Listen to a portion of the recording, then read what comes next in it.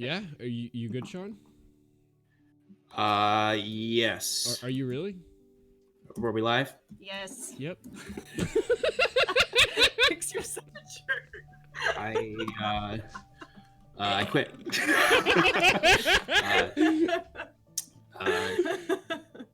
Cal is the captain now. Look at me.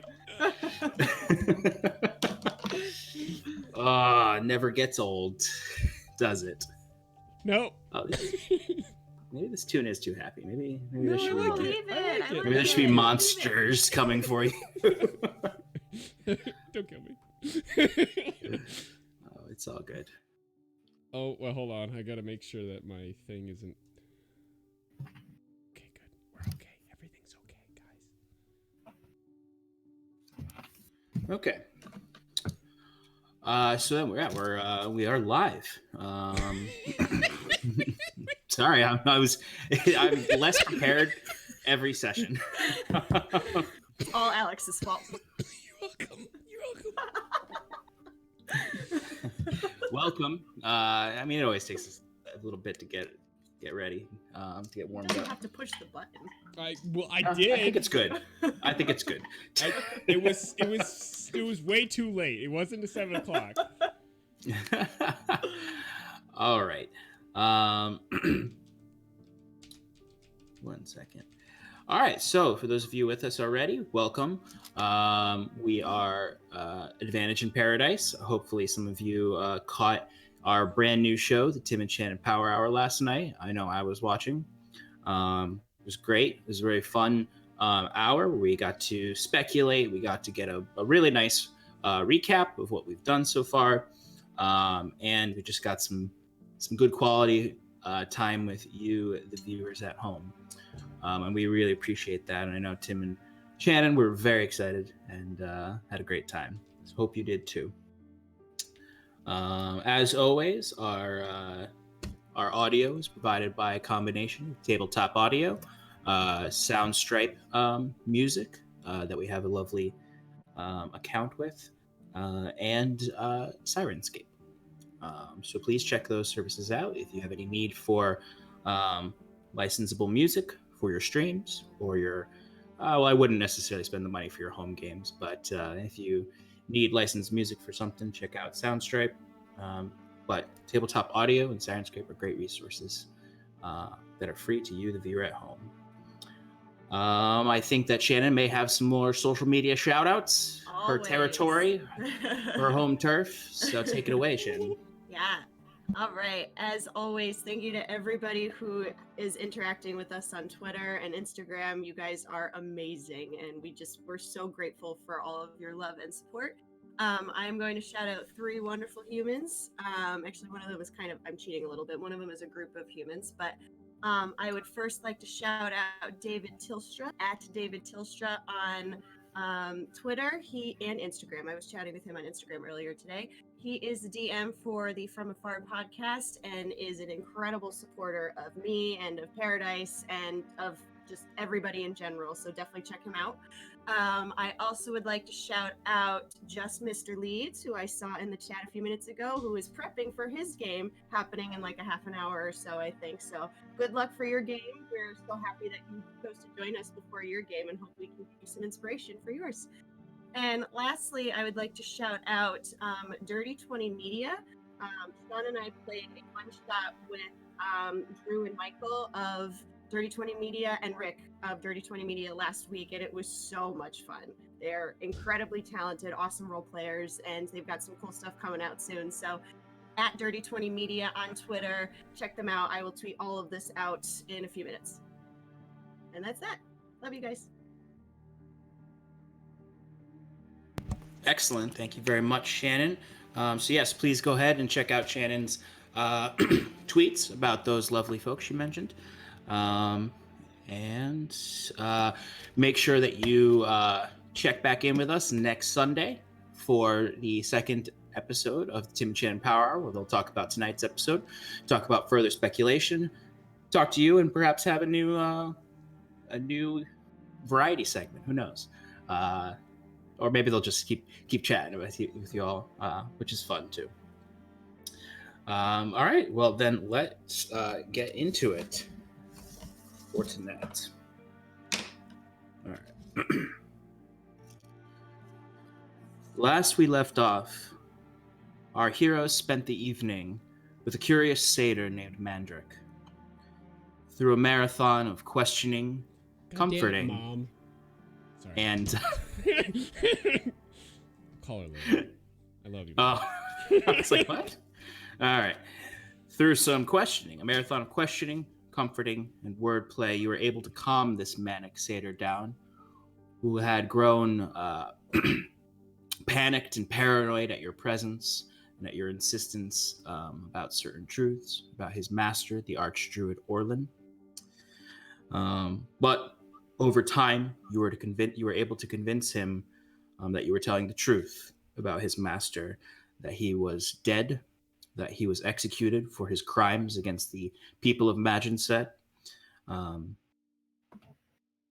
that you were there to not to harm Mandric, but to find supplies to bring back to tend to those who were victims of the Archdruid. While you were able to convince him to let you essentially ransack his master's tower, he insisted that his master would never harm innocents, and that it had to be the mask tormenting his old friend. Yes, the pallid mask that you still have in your bag, that you spoke briefly about what to do with after the events of this night, but we'll get to that in a moment. As you started exploring throughout the tower for clues about the Archdruid's plan, as well as looking for any treasures you might be able to find,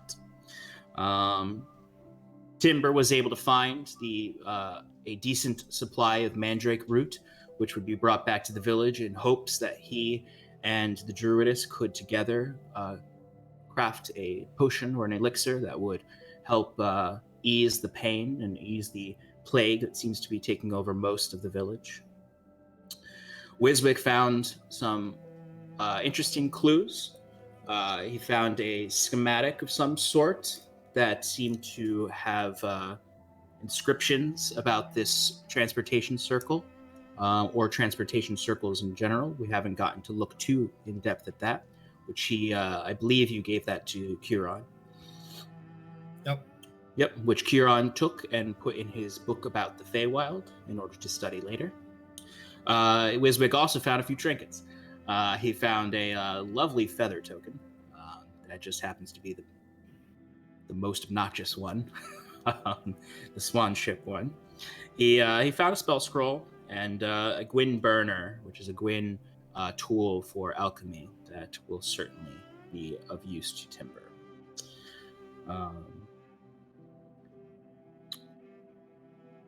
After you sought and found as much as you could in the tower, you began convincing Mandric that he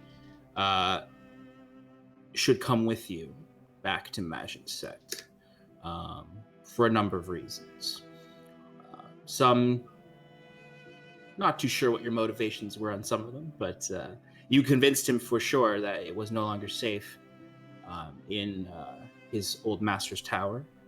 He insisted, though, that you do not bring him to the general, Aldrich Kinsley, who is still awaiting you, although you have plenty of time to get back.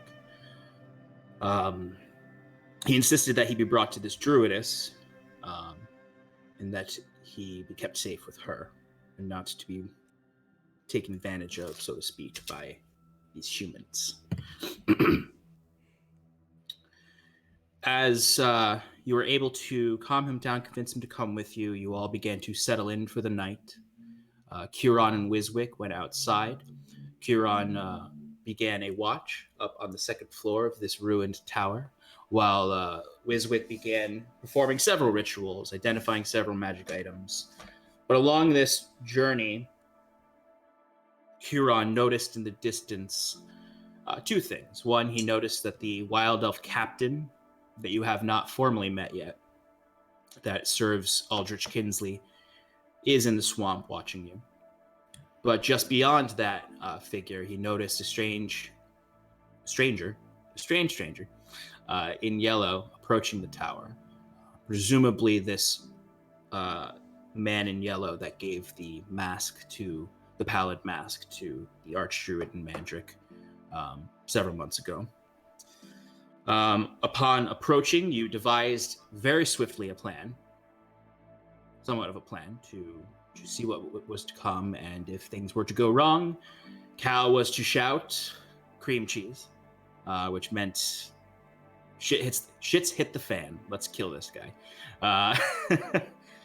Upon approaching, the figure stopped at the sight of Cal, and at Cal's pressing, penetrated his mind with the message and refused to speak openly, only to speak in this telekinetic way that was just not comfortable for Cal at all. He was very uncomfortable with it, and at a certain point, when he couldn't get what he wanted out of you, he silenced Cal and began stepping forward. Upon seeing him cast a spell on his ally, Wiswick immediately sprung into action with a magic missile, which flung us into an initiative count, where you began to onslaught this cloaked figure that you could not see any physical body parts other than his hands at one point. A battle ensued, where he summoned forth two wraith-like figures that were this ghostly green that began holding you all off as this figure sort of stepped back. You were able to kill this entity, you thought, as its cloak fell to the ground, Obi-Wan Kenobi style, and it sprung up into a miasma of black shadow that stayed for a little bit, but then dissipated into the air, not to be seen. Presumably, either the creature is not dead or reconstituting itself in some other place. Were some of Curon and Wiswick's theories there. You took care of the ghosts fairly epically, I'd say, with a massive trumpet, glowing trumpet that blared out the Ghostbusters theme, frightening these two, I know, right? Who you gonna call? Wiswick. But also with I believe Cal, actually, I think you got the last blow with your rapier on these ghosts. So you can this party can definitely add ghost busting to their resume. But upon defeating these wraiths and seemingly beating back this figure, at least, the night took on a stoic air. As tired and battered, you found yourselves back in your resting places. Curon stayed awake a little longer to speak with Mandric about what had happened before resuming his watch for the rest of the night with a brief salute from the wood elf who was watching the entire time. And as they met eyes. And I believe that brings us up to date. So you are all going to, I'm assuming there's not anything anyone wants to do before taking this long rest. Does anyone want to take the last watch, or do you want to just go? Was that your hand, Timber, or were you just stretching? I was stretched. That was a hair pat. So Curon continued in the middle watch because he doesn't need that much sleep. So he's going to take the last 4 hours of your long rest to slumber. If Scarlet would like to take the final watch. Yeah, I'll do it. Okay. So go ahead and give me a perception roll. Sean, I'm loving this music. It's called Sleeping River. with the Blink Dogs. It's called Riverwalk. Very nice. It's beautiful. Courtesy of Soundstripe. Soundstripe. That's funny. If you actually download the non-licensed one, every 5 seconds, The audio man mark? goes Yeah. Soundstripe. Thank you for the sub. Oh, thank you very much, Cryocore 3. Welcome to Paradise. Oh dear. Shannon, what'd you get on that perception check? 12. Ah, I know. not so great. Not so great. So I'd say, oh, actually, did you want to be on the top floor of the tower? Sure. Will that give And that me gives a you little bit advantage. better? It Yes, does? gives you Great. advantage. You have a Great. higher advantage point. Yeah, I'll do that. Wait, so do I roll again? Did you say advantage or did you say advantage? Yes, yes. I wasn't saying the name of the show. I didn't know if you said if Guys, it was we're in higher rare form advantage today. point. Yeah, okay. It's because, oh, by the way, just for That's not reference, much because I better. didn't announce it, but Stefan unfortunately couldn't be with us today. He's spending time with his family for a Ukrainian Christmas. Ukrainian Christmas. Yes. So I've tonight, never gotten the invite for like 17 years. Today's, I think So- today's the eve of it, not the day. Oh, okay. Yeah. Okay. But regardless, he's spending time with family, which is very important. Who decided we were going to autopilot Kieran tonight, just in case there was any combat? I don't think there's a decision. Okay, I'll well- All right, take it. who's got the best Kieran voice? All you have to do is Woody Allen, but tone it up a little. So it's like, I don't know if you're doing this. Excellent. I'll just, if battle happens, someone's going to do it. Sounds good. Someone's going to do it. So have that D&D Beyond up. We should have, if there was a way, I would say let's have the chat play Kieran, but That'd be awesome. but no, that might end poorly or amazingly. But anyway, what was your second roll? 14. All right, not as bad, but not great. No, not great. So I mean, it's the last 4 hours of the evening. I'd say slowly throughout it, the rest of you would be coming awake.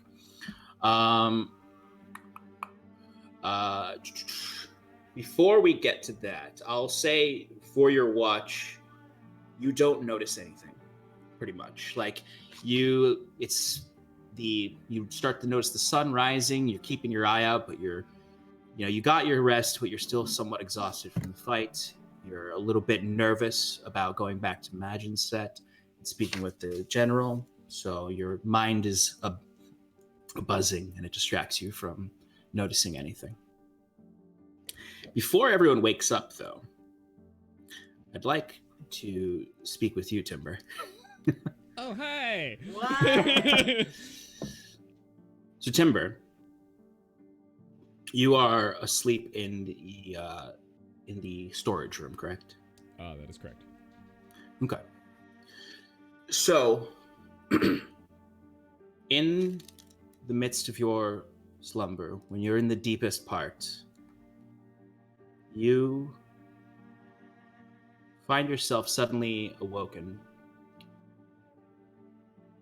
You look around, and you are in the storage room, but it's empty. You look out into the main chamber of the tower's lower level, and it is empty. Completely empty. No, none of your compatriots, but also none of the actual accoutrement of the archdruid there. It's completely dark. You're looking purely from your dark vision. What would you like to do? I'd like to get up and Scarlet? Kenneth? And just start walking around trying to look for people in this empty area. You didn't say my name.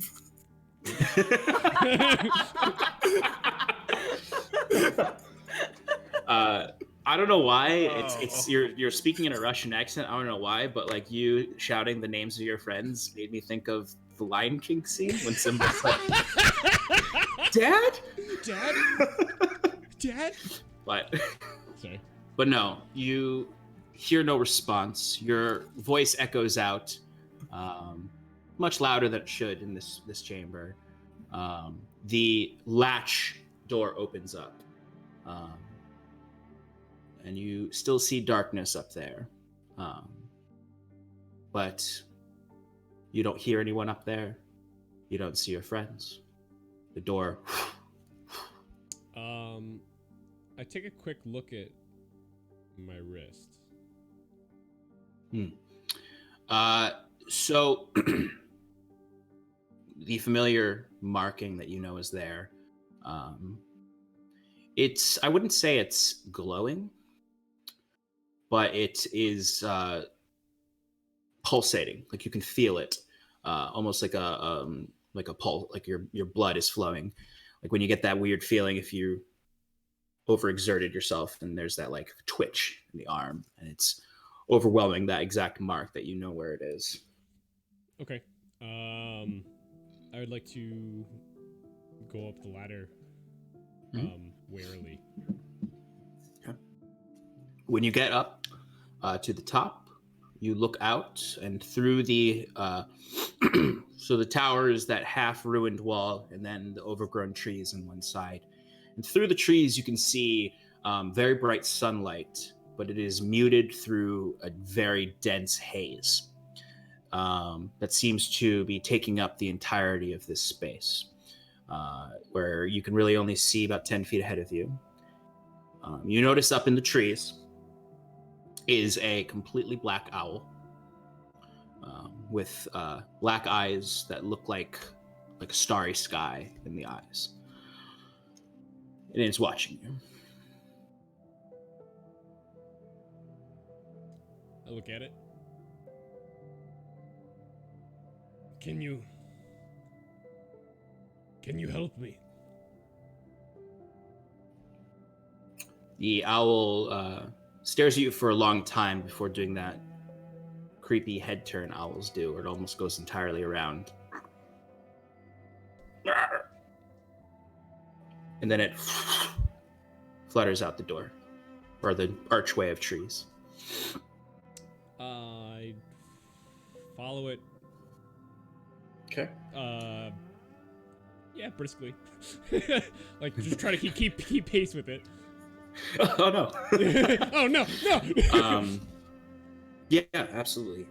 So you're able to the second you step out into this sort of well-lit, fog-laden, much more than the swamp was before, the owl, it didn't fly too far away. It's about 20 or 30 feet away on a short tree that's sort of a gnarled, sinking tree into the swamp. As it's standing there, to its left, you see a figure standing there, completely made up of shadowy smoke. They are hard to see at first. What would you like to do? Timber would be in utter shock for a moment. Mm-hmm. You're he would get on his knees and not like fully go down, but like sit down on his knees and just be like standing up and just looking out at him. The wisping smoke of this figure is kind of lapping in a wind that's picking up as it takes a few steps closer to you, and one of its arms goes like this. It doesn't say anything. Timber stands back up.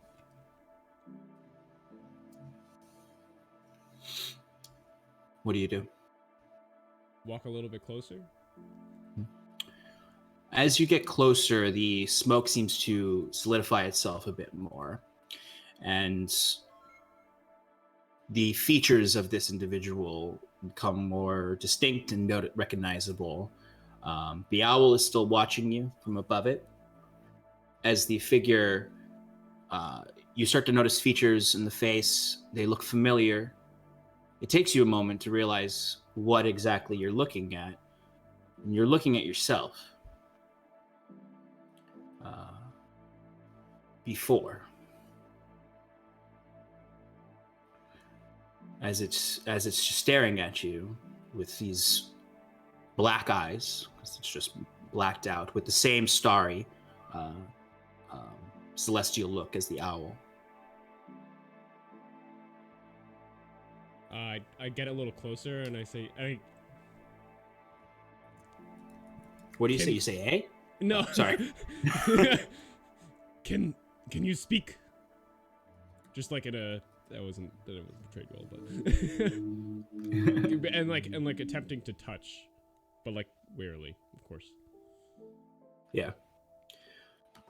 So as soon as you get close, the figure does not respond to your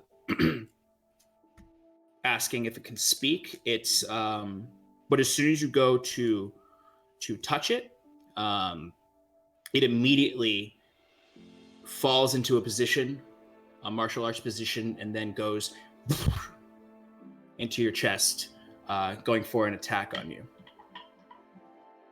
16 to hit. If you need to know. I'm yeah. It'd be really funny if it misses. Oh gosh. Did it? It did. It rolled a natural. I gotta use a different set of dice for it. I've been rolling so poorly the last few games, especially for my my character scenes. All right, so you sort of instinctually catch that you notice in your instincts it shifting to that position, going for the punch to your chest. It is. What would you like to do? We don't need to roll initiative because it's just you and them then. Timber wouldn't speculating what this is. Yeah. He wouldn't really try to like attack back, but he would probably try to lightly do the same thing back, almost like sparring. So he would try to riposte or parry and then do a palm strike back at his chest. Okay, sorry, I'm just pulling up character sheet. All right, go for an attack. That's a 17. 17 hits. All right. I roll damage, I guess. Yeah. Okay. Oh, that's gonna be 7 damage. Okay. All right. So you see when you hit the creature back, or the entity, the shadow entity, you feel purchase when you hit it. It doesn't, it's not ethereal. It feels like you're sparring, as you did back at the monastery. And the creature does sort of stumble back a bit before immediately going back into its pose, laser focus on you. Seeing this, it keeps throwing you off because it's the visage of you and these celestial eyes, but it goes right back in for a blow. That's more like it. That is a what is your 16. No, I'm not looking at your other stuff. Okay. That's a 24 to hit. Yeah, yep. Okay, for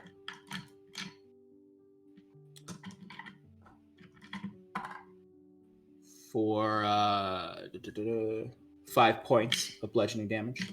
Okay.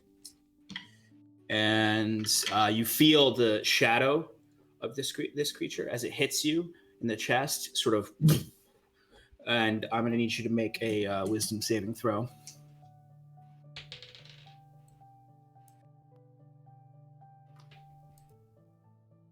Ooh, that's not good. I'm That not is a concerned about 9. this combat at all. The music's too happy. I know, it's so happy.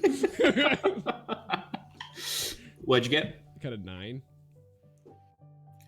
I'll make this music more more sad.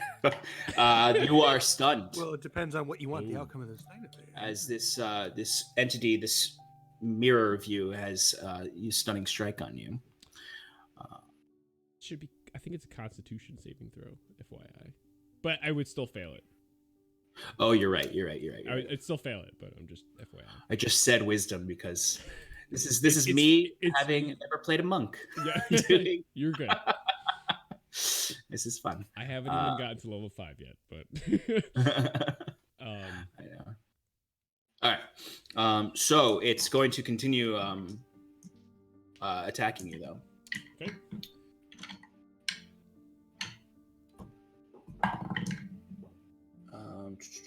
So that is a 19 hit. So that's going to hit. You are also stunned. Nope. All right. I don't So have that's a turn, going to- so you could just go again. No, that's what I'm doing right now. Oh, okay, So yeah, so I mean, and just to paint the image, sort of, this, you're kind of overwhelmed by this what's happening to you as suddenly you feel your entire body stiffen up as the shadows almost seep into your body from this entity's hand that went into your chest. You feel like it entirely penetrated you, and you watch as it just repositions itself and goes for another strike, right, continuing to hit you right in the chest. For this one, for 7 points of bludgeoning damage. You are unstunned at this point. You can respond. I will respond. I mean, it feels like I'm actually being hurt. This is not like, okay. You're feeling the physical pain of this. I will get back up and do a flurry of blows. Go for it. First one's gonna hit with a 21. Mm-hmm. Next one's definitely gonna hit with a 23. And the last one's not gonna hit. All right, go ahead and roll damage as you find your muscles loosen back up and you reposition yourself to go in for your strike. And you flurry of blows. 1, 2, pop, pop, and then a miss. 13 damage. 13 damage. Excellent.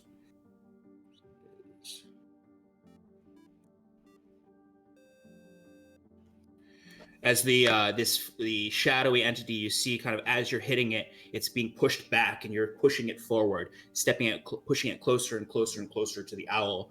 As you can see, it's not like panting heavily because it doesn't have the same humanistic features, but it is definitely sort of repositioning itself and kind of ready to go.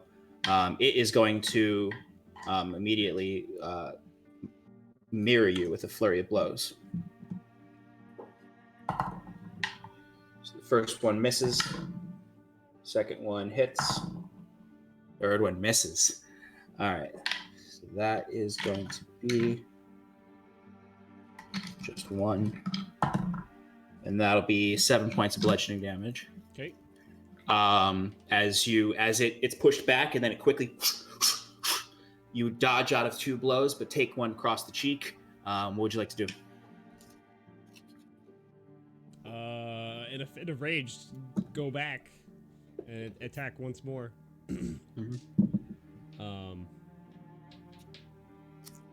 Yeah. First one is 20, dirty 20. That hits. Next one's a natural 20. Okay. All right. And the last one is it's a 17.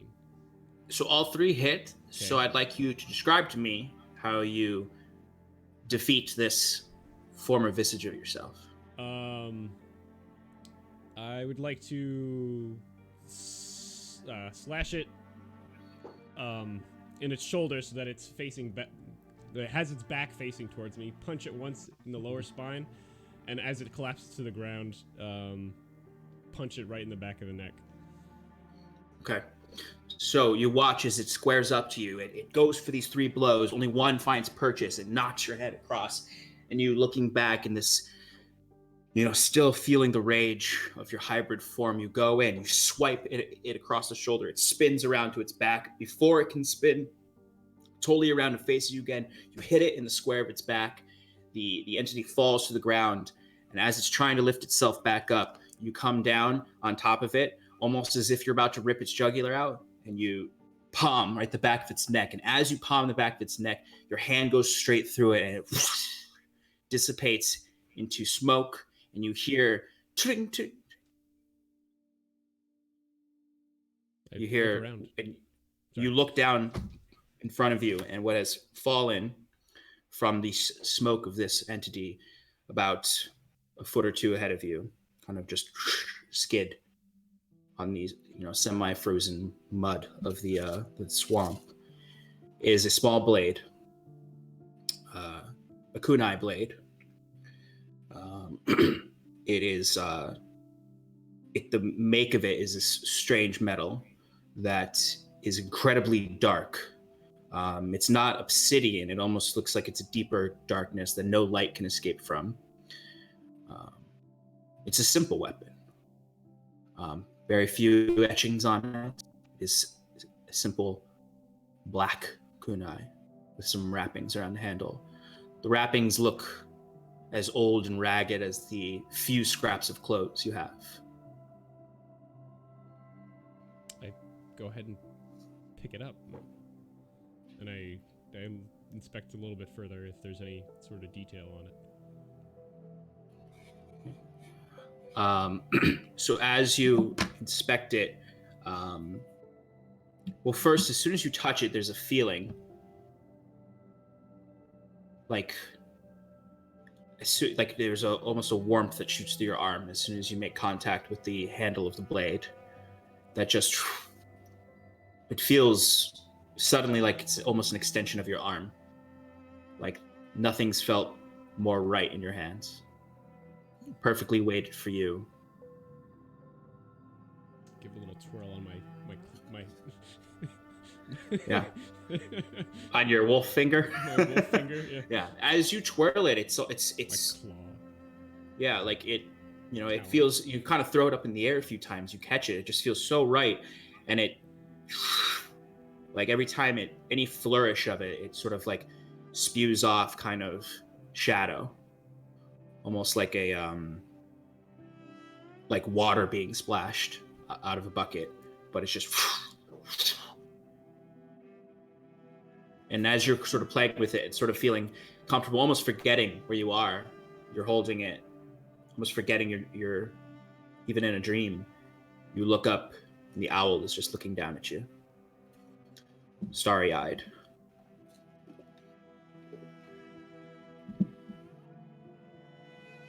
So, is this to help me?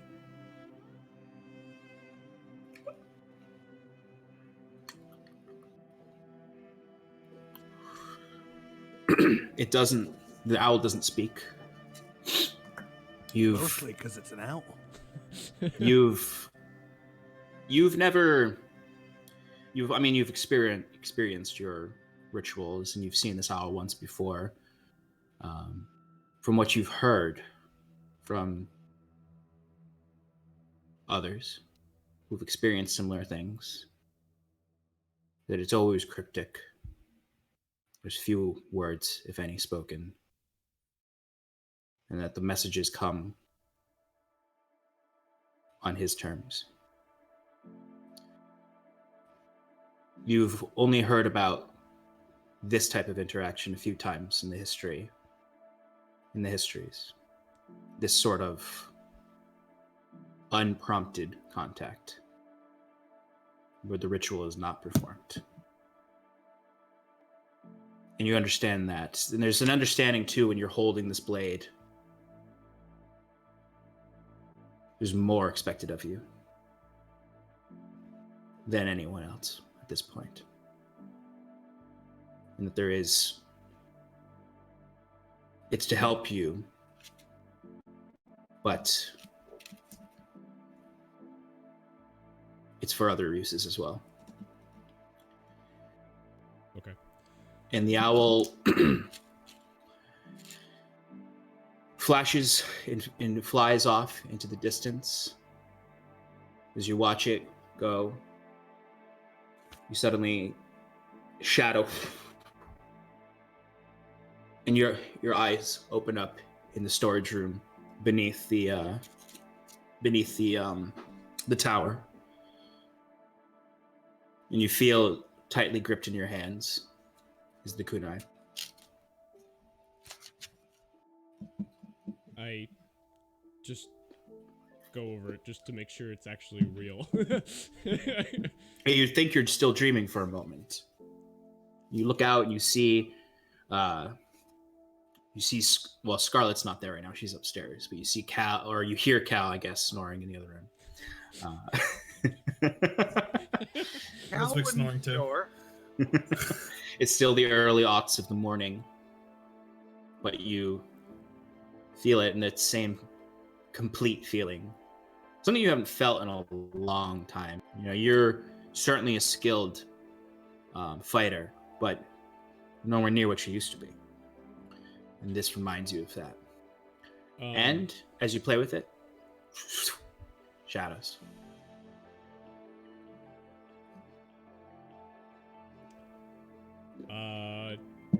Timber would immediately start writing or on a piece of parchment. Okay. And I'll get that to you, Sean. You got it. And at that moment, you do hear, or you hear.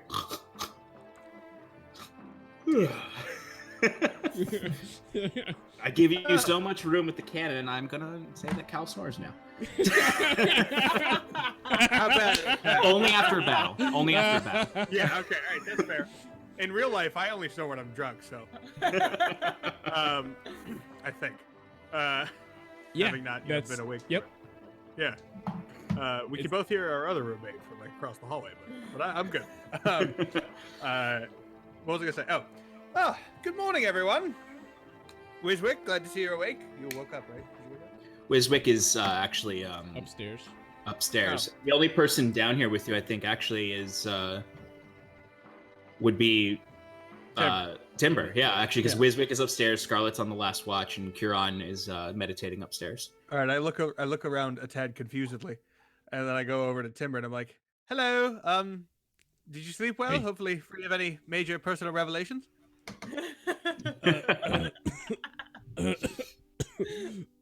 Yes, I slept. I hand him a glass of water for his cough. How are you, Cal? I'm well, thank you very much. I slept pretty well, I think. You know, I'm still, to be honest with you, I am more than a bit concerned about the shadow demon that we fought last night. That, if I'm going to be honest, as I said, that's not really something I expected that we would have to deal with, you know? That really seems like something for the muckety mucks and the wizards and stuff. I don't know. Anyway. Well, ask me this, or tell me this. Okay. All right, I'll ask you this. Would you prefer it to be a human with flesh or a shadow demon? No, I mean, yeah, no, if we're going to fight and kill something, I'd rather it be a shadow demon. I'm also a little confused as to what that sound just was. Okay, good. I think that's Wiswick making noises with his stupid wind. I don't know. Anyway, I'm gonna get dressed, and I get dressed. All right, let's role play you getting dressed. All right. One leg at a time. Well, I'm not rude. I know there was a lady present, so I would keep my trousers on. No, Cal, 100% sleep shirtless. That's not negotiable. So I put on my piratey floofy shirt. It's not quite a pirate shirt, but it's definitely floofy. Loose. Yeah, and my jacket and the various straps, and I go upstairs.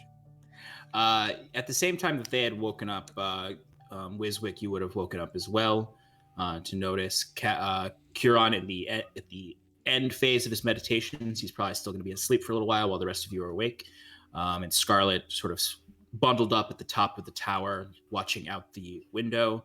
And you would actually see, not too far from you, actually, would be Mandrick sleeping in a bedroll with his 3 blink hounds piled up all on top of him. Aw. Oh, I wanted the blink dogs to be piled up on me. But anyway, I wake up and I'm feeling great. I do a little stretch as usual. And I do something that's a little out of the ordinary, new thing. I feel some new power swelling within me. So I sit down in cross-legged position and hold my hands like this, and I just sit very, very still and almost like a stone. And my eyes are closed, but you see, anybody who might be watching can see little glints of light like shimmering off of my skin as if there was like little pieces of metal inside of it, and then they disappear and my eyes open and I'm ready to start the day. Ooh, very nice. Is that your new feat? Yes, I leveled up. I took Snurf Neblin Magic as my feat, and it allows me to cast non-detection on myself once per day without the material component. Excellent. Oh, you can do that now, can you? And that lasts for 8 hours, Yes, right? I can. Yeah. 8 hours. Excellent. All right. It's an interesting display. Scarlet, I'd say you catch it from above, kind of peeking down. You're not used to seeing Wiswick sort of in what looks like a meditative state almost, and then the actual effects that are very so I guess it's probably similar to when people first saw your skin crack into magma, in the sense of, although you are used to Wiswick engaging in the magical arts. What would you guys like to do?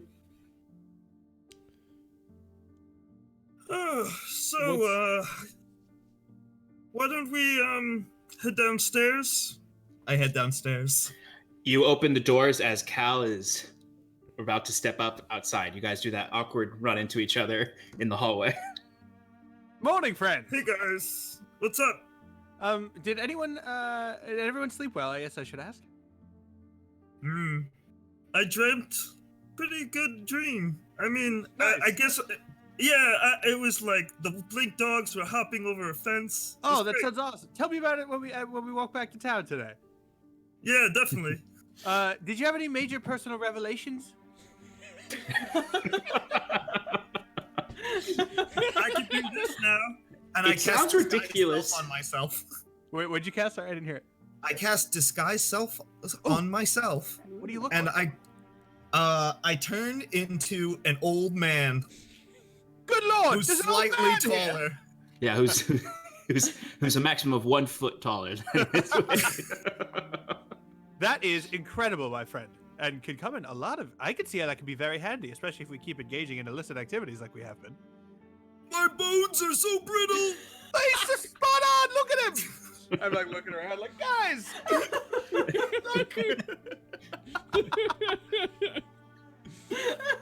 it's at Wiswick in his old man form shouting, "My bones are all so brittle." That you see Mandrick just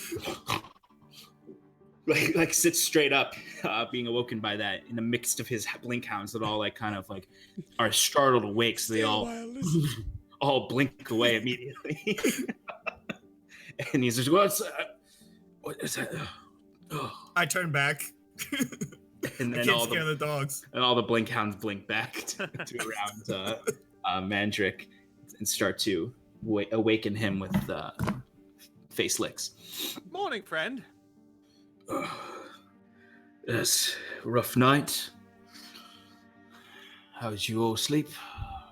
Excellent. Free of personal revelations, as always. Do you ask that every morning?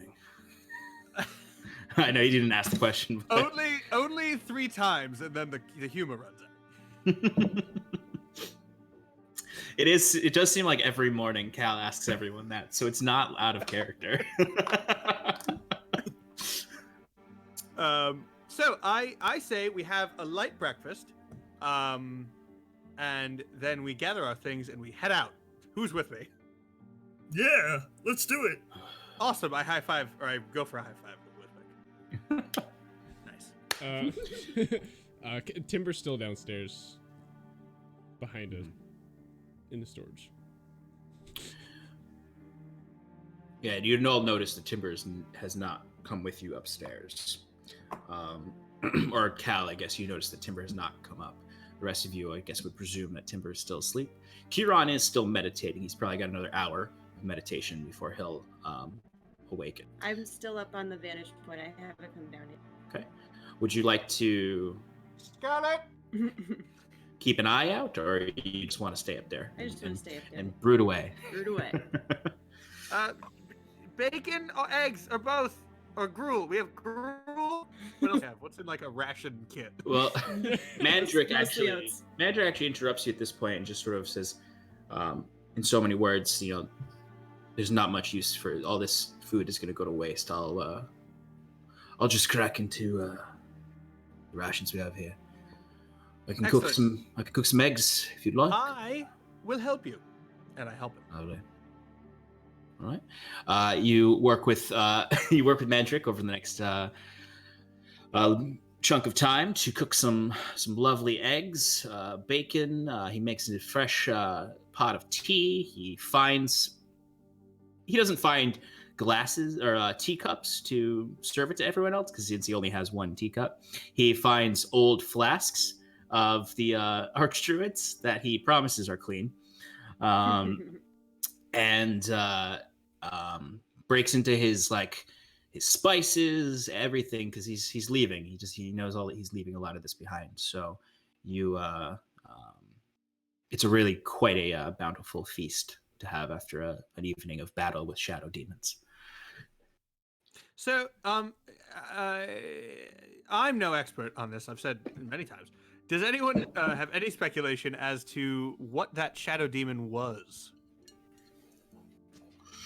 Sure. I mean, Looking I've at you, always got a Wiswick. speculation or two. That's fair. I just went Australia. That's fair. Sorry. Yeah, that's fair. Are they? Do you think they're accurate speculations, or do you just have some speculations? Because I could be like, yeah, it was a frog, but I don't. Well, I mean, there's a lot of magical ghosts out there. It's really hard to pin it down. There's the Okay. kinds that curse you and follow you around wherever you go. See, that doesn't sound good. There's the kinds that are bound to an object or a location and usually defend it. Okay. There's the kinds that have some reason to stay in the world because they did something bad in life, or maybe they have some sort of regret that keeps them tied to the mortal plane. Like Those guys can get pretty scary. They don't die very easily. yeah. Yeah, I mean, there's a lot of different options. It's really hard to tell off the information that we have. So we need salt, right? Salt fights ghosts. That's what they used to say, right? I mean, I'm not sure, but it does taste good. Yes, they're ghosts and slugs. Same thing. Wiswick, you would recall the night prior that, and this is not necessarily for you to add anything, just to keep track of, that Kieran was able to identify that the creature was an aberration in the sense of sort of what kind of monstrosity it was, or monster it was. So we could speculate it was an aberrant ghost. Possibly it's some sort of mutated monster that has gathered some sort of shadow magic that allows it to dissipate like that. Okay. Interesting. So salt still, do we think? It's, as you say, I think salt salt's a good still. call. At that point, Mandrick comes up with a little tray of tea, or with one teacup and flasks for each of you, little glass vials, potion flasks essentially. And as he's coming up, he just sort of curses and loneliness. Salt's not going to help you against that thing. You're speaking as if we didn't just get accosted last night by this. Like it's a joke. It is. No, it's not. Oh, no, it is. No, it's not a joke. Damn it, Flitwick. No, it's not a joke. I use humor to deflect from when I'm scared. I would ignore me. And he sits down. He places the tray down between you all, looks up to Scarlet, and sort of nods to her. If she catches his eyes, you should eat something. Have some tea. We'll be down in a minute. Kieran wakes up.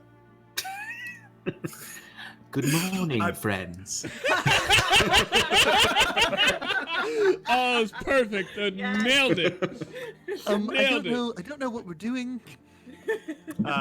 I think we should go home. It's so perfect. Oh, so good. Was that Daniel Radcliffe as a child? Well, that's kind of. basically what Kieran is. It's a Harry Potter child. Is that Parvati Patel? All right, let's head out. Okay, Timber comes back up. Yeah, remind me to never leave. Remind me to never miss an episode. Yeah, it's what happens. You're 90% quiet except for the few sentences your castmates try to do your voice. All right, let's go.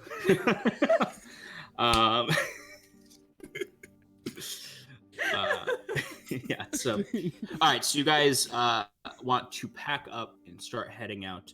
Now I need you to let me know how you're doing this, because you are carrying a very large crate of mandrake root. I was gonna sling it over one shoulder like a boss.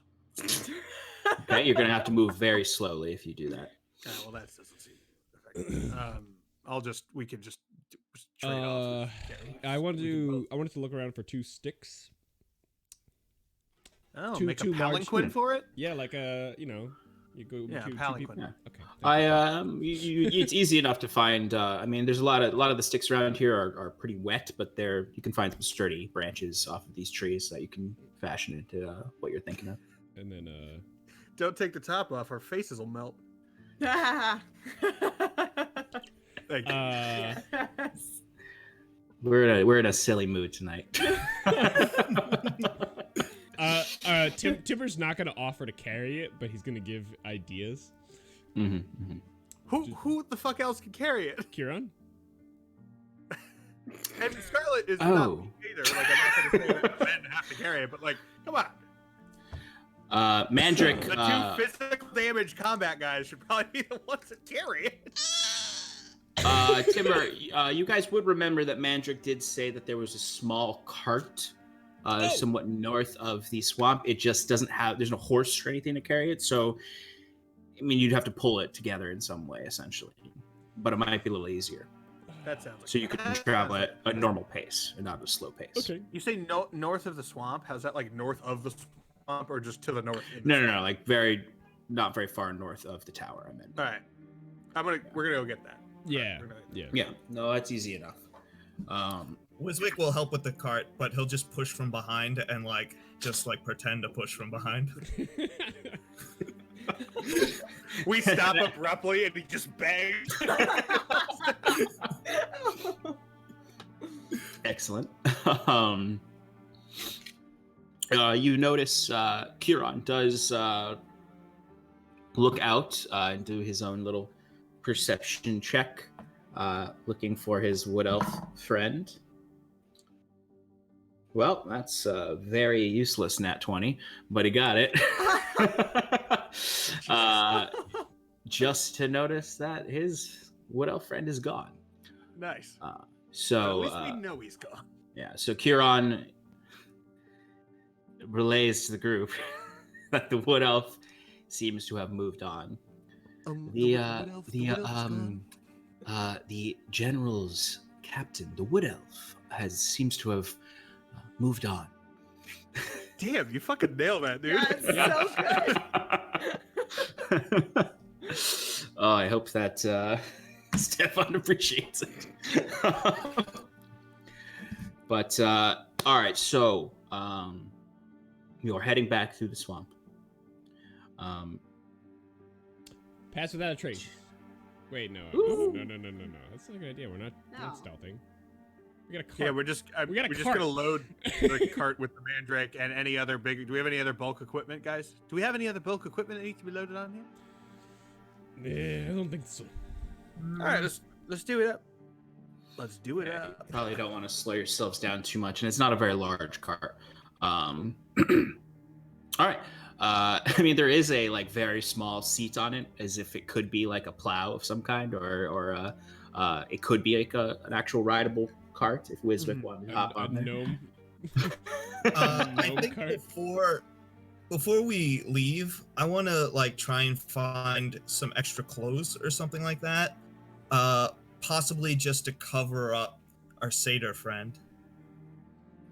I'm gonna go up to him and I'm gonna say, "Hey, I don't know if you've ever been outside of the swamp, but I don't know how people are going to take you traveling with us, and we wouldn't want to put you in a precarious situation. So I think it's wise if you keep yourself hidden. Maybe you could ride along in the cart." Everyone's pulling the satyr. He looks at you. He's sort of like. It takes him a second to like realize he hasn't left this area in so long that he's like thinking about, oh yeah, that's right, societies are prejudiced and uncomfortable with satyrs. So he does sort of without wordlessly step out over to his hovel. He does come out with a pretty large cloak that he covers himself with, but it's hard to really, without like magic, make him not clearly inhuman. If anything, the cloak will at the very least make him look kind of like a tiefling as opposed to a full-blown satyr. So he's somewhat kept hidden better than he was without it. He drapes the cloak over himself, puts a rather large hood over his head. You can still kind of see the crescents of his horns, but for the most part, if you don't look at his feet that are hooves, he looks like a well-cloaked tiefling. Somewhat suspicious. Great.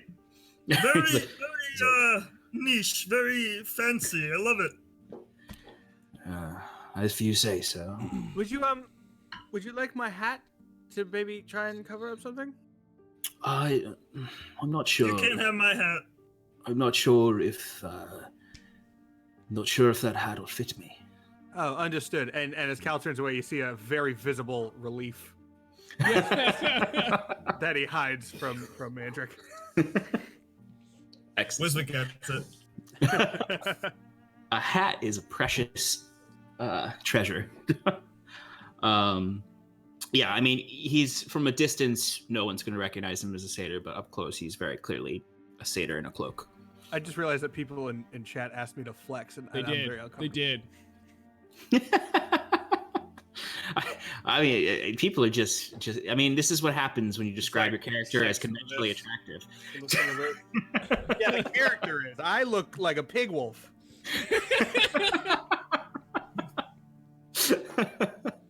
All right. Moving on. So how do you want to move back through the swamps? There is still a harpy village that is active. They're on the other side of the swamp, though. True. They you're not sure though. You haven't gone back into the swamp to know how alert they still are, because last you looked, they were still flying around at night in the night on high alert after the attack on the village. From our multiple paths, were there any that avoided both the harpies and the lake? Or the swamplands? I think it's the one that we took to get here. It's the one that led to the tower. Yeah, the one that leads straight to the tower is the furthest from. It's the furthest from the large lake in the middle, or the large pond in the middle, and it is literally the furthest from the harpy den. Well, I think that's the way we should go. I agree.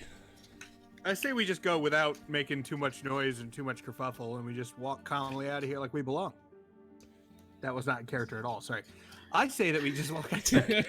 There is also technically a passage to the north through, but it's unfamiliar to you. I don't. Whichever, I say we just leave. I say we just leave the way we came in. We know how to get back to the road from there, and we can just nice and calm. Lead 'em. I put myself in front of the cart like a plow horse, and I start walking. I say while you're walking, it makes you fondly think to the days in the Sivian Arctic waste when you had at least had some horses to pull the cart. Can we get a brief flashback to when I was made to pull like sledges of rocks around for weight training when I was younger? Yes, absolutely. Cool. Absolutely. Cal's kind of eyes glaze over as he's pulling this cart, as he thinks back to like ropes strapped over his arms, and he's just pulling these large slabs of stone for his endurance training. For his tailoring training. I'm sorry, yeah, for clearly tailors need to be able to drag large slabs of rock. All right, so you guys enter into the swamp. Would you like to go like slowly through the swamp and sort of stealth and keep quiet? All right, I would like a collective stealth roll. Pass out a trace? Whoa. Yeah, if we're deciding to stealth, then I'm gonna pass without a trace. Of course you are. So, Of course. so I love that. I love that dramatic, like as Tim says, "Pass without a trace." And you're like, "Whoa." No, we're just I believe making that's it clear. plus 10, right? It's Yeah, plus so 10. plus 10. If you guys have to stay clustered together, which is not hard. There's not too many of you close to timber, as the shadows sort of. It's kind of weird, It's still uncomfortable, maybe for Cal, who has a distaste for magic, as sort of. It's not a distaste as much as just a mental block. Yeah, as these weaves of shadow kind of fuse to your bodies, and as far as you know, you are much stealthier. Is the taste? Is it in Cal or is it Tim? I mean, I know it's in Tim. Is it really in Cal though? I think it's more. I think it's more Tim as the distaste, and Cal has the block. Yeah, and Cal's just like he looks at magic. He goes, "Well, I'll never understand that." So. Yeah. What did we get? Cal, you first. 30. Fair enough. Wiswick. 26. Timber. I got a nat 20. And Scarlet. Y'all beat the rogue. I got a 23. Oh, excuse me while I roll for Loudy Pants. His disadvantage. Oh, he still has the plus 10, so he's gonna make it. But yeah, he got a 22. I totally forgot about my disadvantage. I got a 23. Okay. Thank you for your honesty. I always forget that you have the heavier armor on. Because my painting doesn't have it. Yeah, I don't but I remember imagine it. you have like mail underneath it. Yeah, I have a mail shirt. Yeah. All right. So you occasionally, in sort of the morning air, because it's probably around. It's not super early because you guys took an extended long rest to have a watch. Yes, Timber. Am I damaged? Oh, good call. That's. I would say. Yes. Okay. All right. That's good to know for multiple reasons. Yeah. No. How do you feel about spell slots? What do you mean? Do I have them? Oh, yes. You all got long rests. It's just a matter of Timber Okay. got the shit kicked out of him in his dreams. Right. All right. And the damage was real, as is his new fancy kunai. So Timber, you feel very uncomfortable. You're not tired, but you're hurt, you're bruised up, Okay. pretty bad. Sorry, yeah, I was describing. Sorry. Yeah. I lost my place entirely, but that was a good interjection. So you're moving through these swamps. It's the day before it was overcast. There was no sun out. It was mostly night when you're moving through them. It's no better during the day. It's if anything worse. There's some bugs coming out, kind of awakening as the spring's coming, and it's a slightly more humid day. The snow is melting. You hear that drips from the trees. As there's just a less threatening fog, but still kind of that thick fog moving around. You occasionally hear in the distance a harpy. You see a few of them in the sky. There's probably 1 or 2 moments where you all have to kind of Fellowship of the Ring style, get down low, hide behind maybe some rocks. Crabhain from Dunland! From Dunland! Da-na-na. No. That's the thing we do in the show. We do the first 3 notes of every song. Yeah. But you are able to make it back to the stone. And so yeah, you're at the stone. You see the 2 corpses of those harpies are gone, probably taken back by the other harpies to be scavenged and eaten. You are about to leave the swamp. Is there anything you'd like to do? Take the gems! I want the gems from the stone. That's literally exactly why I said, is there anything you want to do? Because I was like, Wiswick wants those fucking gems. Give them to me! Oh, yes. My eyes glow as I cradle them in my arms. Yeah, so Wiswick, you get 3 gems that are I mean, at the end of the day, you have the 3 keys to this tower, essentially. He's gonna sell them, so. No. I mean, I might want to just keep them. They're pretty. They're it's very just costume jewelry. It's for his, yeah. So yeah, you got the 3 gems. As soon as you take the gems, you sort of see at the different entry points of the land. You don't see the vines shoot up into the wall, but you see them sort of come back to life, and sort of those slightly barely moving vines that with a decent perception check you could see are sitting there. And as far as you know, the tower is protected at this point. So no one's getting in there necessarily. And maybe no one's getting out. But Wiswick, you can mark down that you have 3 warding gems. Keys to the Archdruid's Tower. Keys to Bracken Hill.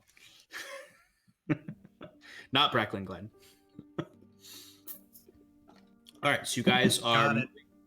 It takes you a large part of the morning and the early afternoon to get out of the swamp, and then back to the main road.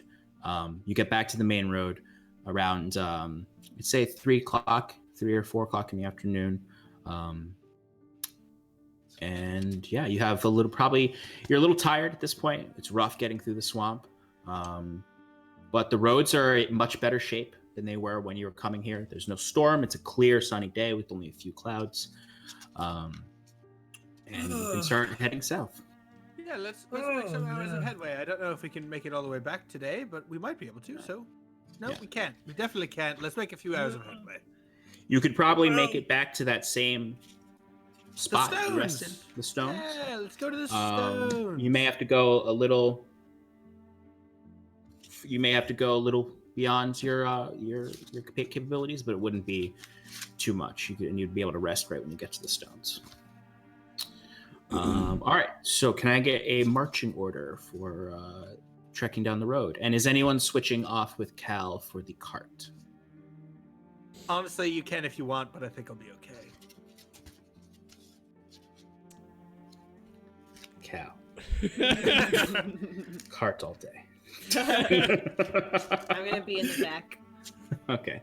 My All right, master used to just make me carry stones out like this at full for tailoring. It's needlework. Oh, is that for your tailoring? Yes, entirely. You see, it's all about the wrist strength. All right. So who's in the front?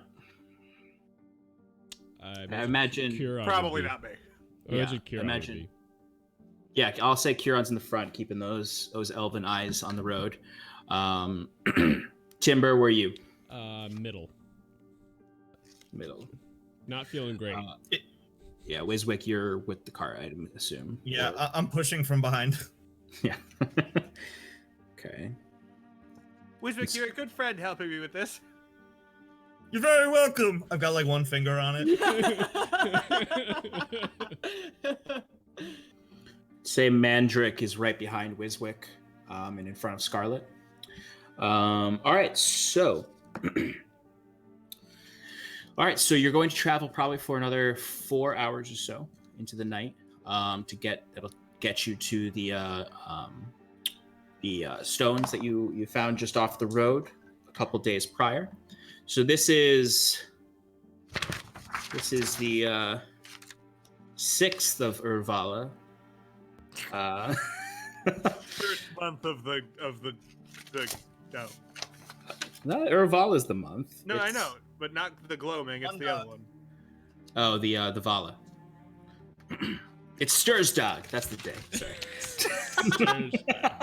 Happy Easter's dog. All right, let's go.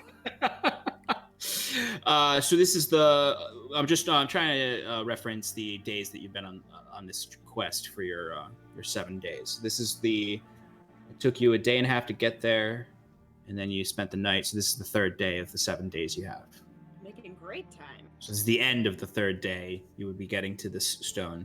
I will say it's much. You can see much further in the fields on these days. Before you had your vision obscured to like 50 feet with the storm. So as you're walking down the roads, it's a very peaceful visage as these sort of, you notice in the distance, farmers are starting to prepare their fields for the tillage season. You can really see the expanse of farmland that is Tresix. As most of the snow is melting, there's very little snow left. It's a beautiful day, and you're essentially in Indiana. I was gonna say if it's cold, I kind of might like take a little pity on Cal and let him borrow my ring for a while. I would say it's above freezing for sure. It's definitely not like spring weather yet, but it's comfortable. And he's probably gonna get a little warm carrying that wagon for 12 hours. You don't know the strength of a tailor. You've got to have that strength for those Gotta have strength. needles. Okay. There's a few things just while traveling.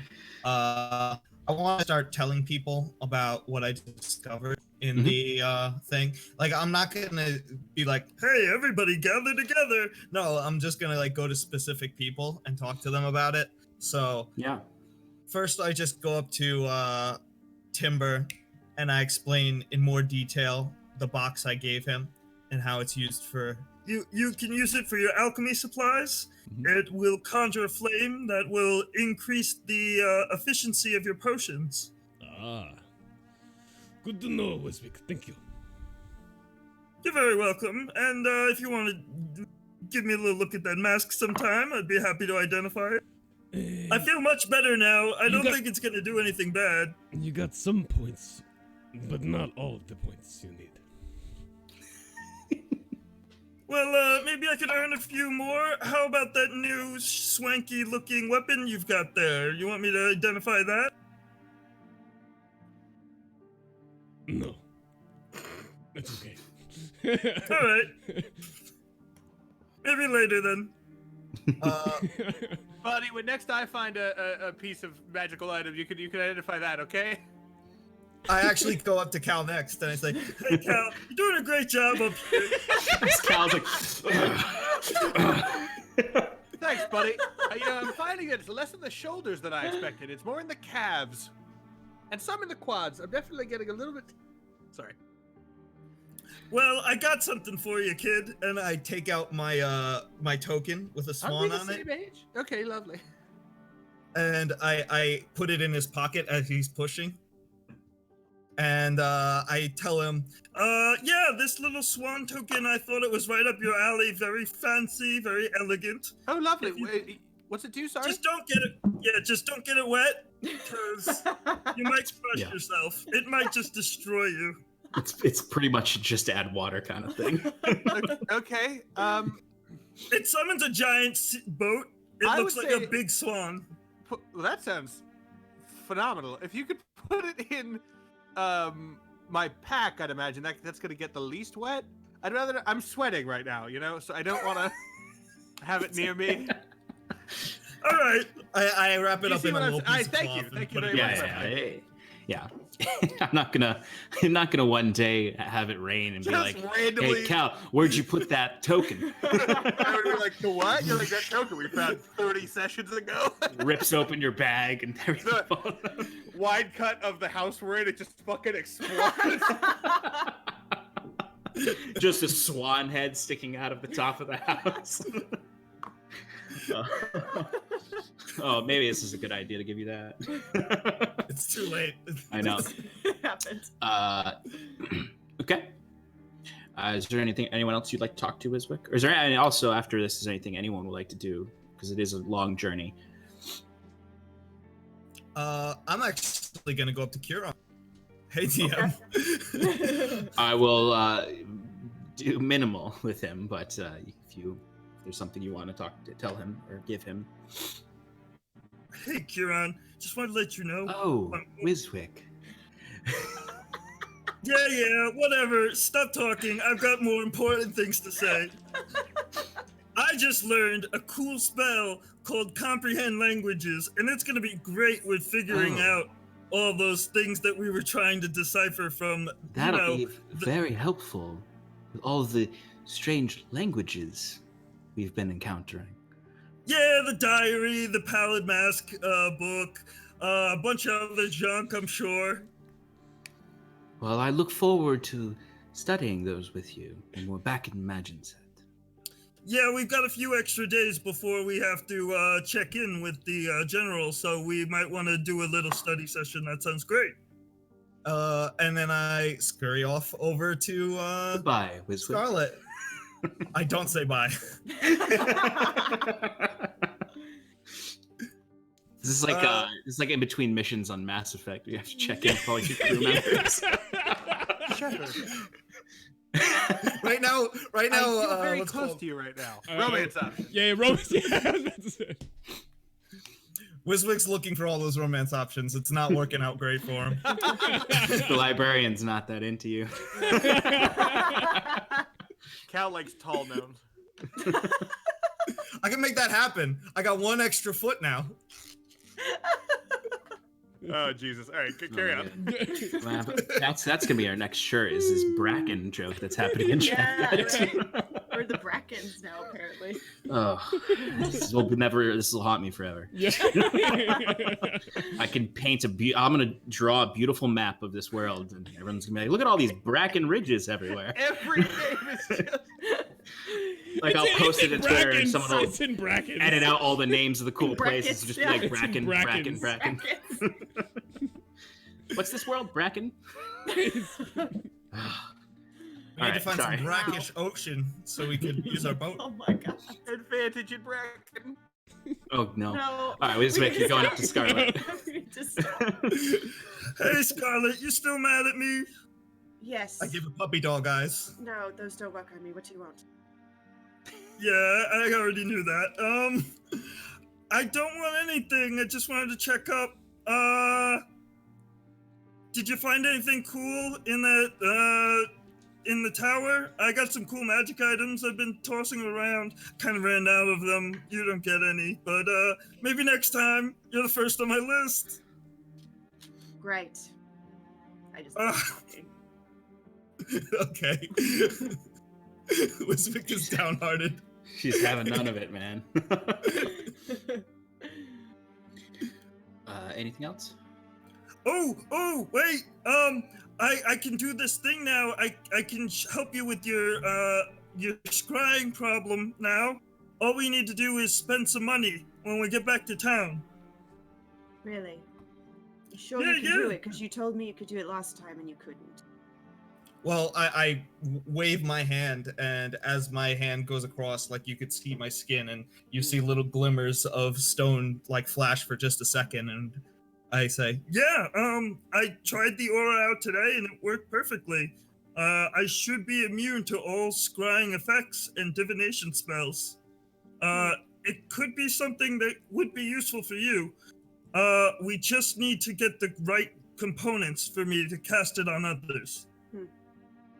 Well, I'm only going to allow that if you stick with us and you don't leave it. I'll stick with you, but I mean, you don't have to be bossy about it. I was gonna do it anyway. I just keep walking. The road goes Damn around. So as Scarlet's as the brooding rogue ignores her compatriots' attempts at reconciliation, and Cal starts to breathe heavily, starting to definitely get tired. You're very exhausted by the time you reach it. Each of you are. Cal, you're extra exhausted.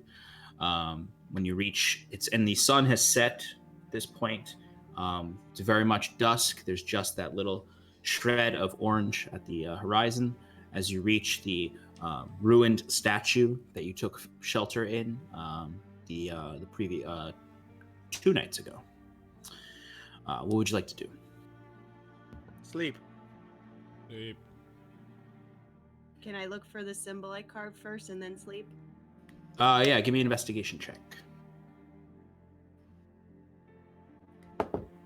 Oh my god. Oh, 1. 1. So 4. So somehow, Not one anymore. even though you carved it in there, you can't find your symbol. I mean, it's a wall of carvings and medieval graffiti. So it's difficult. Yeah, that's right. There's a lot of what were those gnomes' names? I have them in my other notebook. Enric and I forgot the other one. Yeah, by the way, I wrote those down and I completely lost them. Oh, I actually found them today, so don't worry.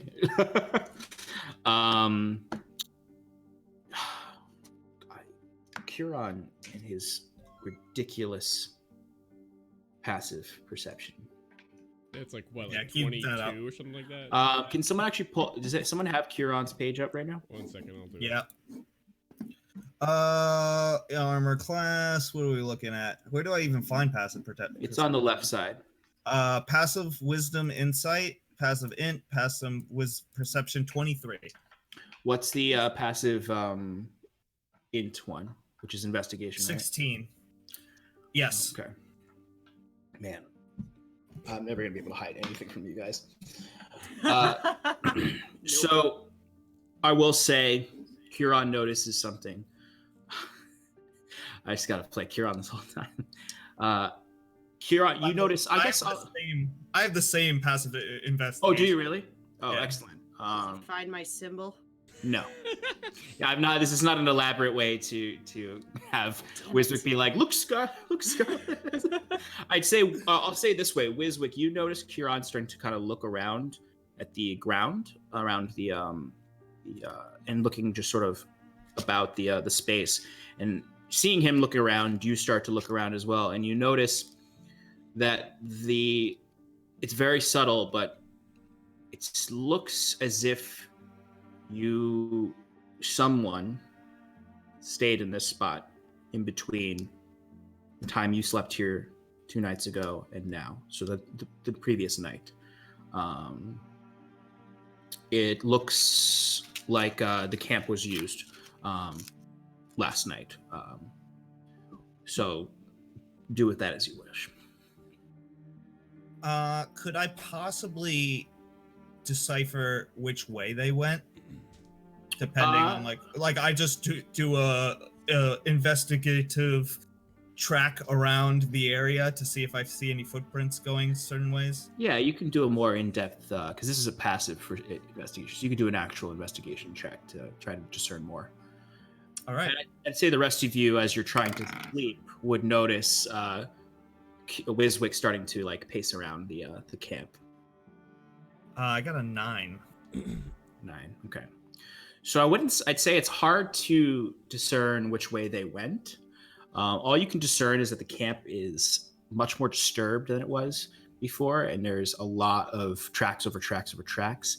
So it seems as though it was probably a group that was larger, like you guys. It wasn't just sort of like a merchant on the road, just sitting, catching some Z's in there. It was probably a group of individuals. Folks, it looks like there were some other people who were using this as their campsite recently, maybe last night. A large group. It's okay. I don't know which way they went. It's okay, Wiswick. They're not here now. Just keep alert for tonight. Can I find a small round, not round, spherical, sorry, cylindrical? Yeah, easy. All right, I'm gonna do some foam rolling before I go to bed. Lovely. This somehow this campaign's gonna turn into Cal like running a gym in the capital. Like he's just gonna retire from adventuring. That's gonna never be go back to our- Endurus and our just be like Thursdays at 7 is gonna be It's Cal's gym. Cal's gym, yeah. Average tailors. It's like it's exercise video. Okay, so who is sleeping? Is anyone doing watch? Is there any what's going on? Everyone just passing out? Guys, I'm sorry. I'm I'll gonna take- be a little bit selfish and just go to sleep. Cal should yeah, not go do ahead. any watches. Timber He'll is be gonna be exhausted. selfish too and fall asleep. I'll do the first one. Okay. I'll do the second. And Curon's gonna volunteer to do the second and third one since Bastard only needs 4 hours of sleep. You did it to Get the yourself, satyr Sean. to chime You in. did it It's to only yourself. fair. The satyr, I will say he is not looking comfortable. Like the longer the day went on, the more Mandrick started to get more nervous. I think you can surmise the further from the swamp he's getting, the more nervous he's getting. He's sleeping in like sort of a huddled ball with his hands like this. But he's like very much awake and can't sleep, and just sort of staring off into the distance. He's not handling it well right now. We'll see how that goes into the next day, but for now he'll probably stay awake during the first watch and somewhat help, but he's a little bit too disturbed. So Scarlet, you're taking the first watch, and then Wiswick is taking the second, Curon the third. All right, Scarlet, give me a perception check. 13. Okay. So it's a lovely night. It's cool air. That just right temperature. It only gets a little chilly around hour 3 of your watch. That's all right. I got lava skin. Yeah, you don't get chilly. So I think we decided that during the snowstorm session. Yeah. But it's a very beautiful night. You have a lot on your mind. You're thinking a lot about your past, and you're keeping decent watch, but not perfect watch.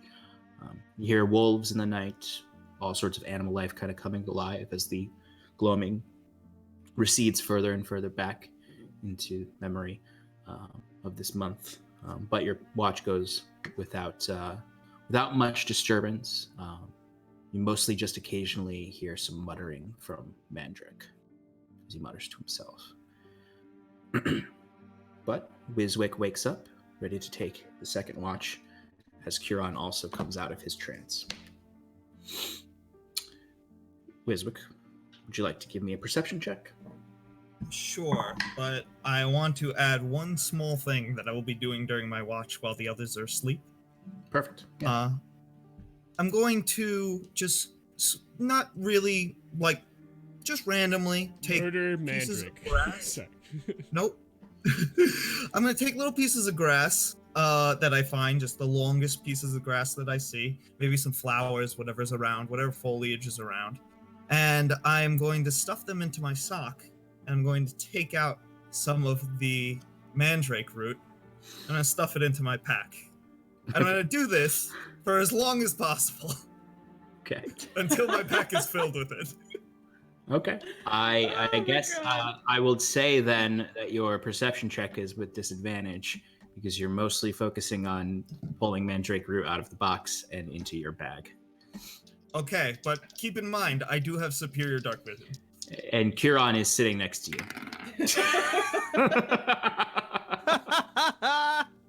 I rolled 2 18s. Get it. Wiswick, what are you doing? Shut up! You're not supposed to be awake. He's absolutely He's awake. actually, yeah. I'm doing this all in my bag. I'm just playing around. I would say give me a. I'm not gonna RP this too much, but just give me a sleight of hand check for keeping it hidden that you're just stuffing your hands in your bag and not doing anything From a weird. passive perception of 23. Good luck. Yes. I got a 10 on sleight of hand. So I will say Kieran does notice you. Okay, Kieran, fine. Okay. Look, I'm just doing it for safekeeping. If somebody robs us, we have a backup supply. Oh. Completely But why? What did innocent. it say? But why is it in your sock? Don't worry about the sock. Well, I don't Keep the see. sock. I'm not gonna Don't repeat tell this too anybody about much. the but sock. I'll say, for the sake of it, Kieran stops you from doing it, but believes you that you're just keeping a few roots in safekeeping. Okay, so I don't get that many. No, you get about like a couple handfuls of mandrake root. You're gonna regret this later, Kieran. But you got 2 18s on the in your perception check, correct? Yes, double 18s, which is a double 36. 18s. Okay. No, it's not a 36. All right. I will say for the first couple hours, well, the first hour or so, you're really focusing on your crank, and then Kieran catches you, and things kind of get awkwardly silent, and you are looking out in the southern, towards the southern road. Kieran's kind of keeping an eye on both roads, north and south. With his massive perception, you notice in the distance. At first, it just looks like a small torchlight, and then it starts to grow. It's very far, but the fire must be pretty big if you can see it this far away, even with your double dark vision. But there is something is burning in the distance, about 2 miles down the road. I think I'm going to. Well, it would be. Is Kieran still awake? Yes. Hey, Kieran, you see that over there? I'm gonna go take a look. If there's any Wiswick. problems. Yeah. Are you if sure there's you should go alone? I mean, I'm just gonna take a look. I got invisibility. It's awfully far. How long will it take? 2 miles? 2 miles is like, I don't know, 15 minutes maybe. 2 I'm miles. making time. 2 miles. I mean, I'm a little gnome. 2 miles. If you're going slow, or if you're going fast, 2 miles is going to take you. If you're going slow, it takes you an hour. You go 2 miles in D&D terms. If you're going medium, it'll take you 45 minutes. If you're going fast, it'll take you half hour. But you you'll have a hard time stealthing up. But I guess you have invisibility, but it would take up the rest of your watch to go do it, and you might bleed into your long rest.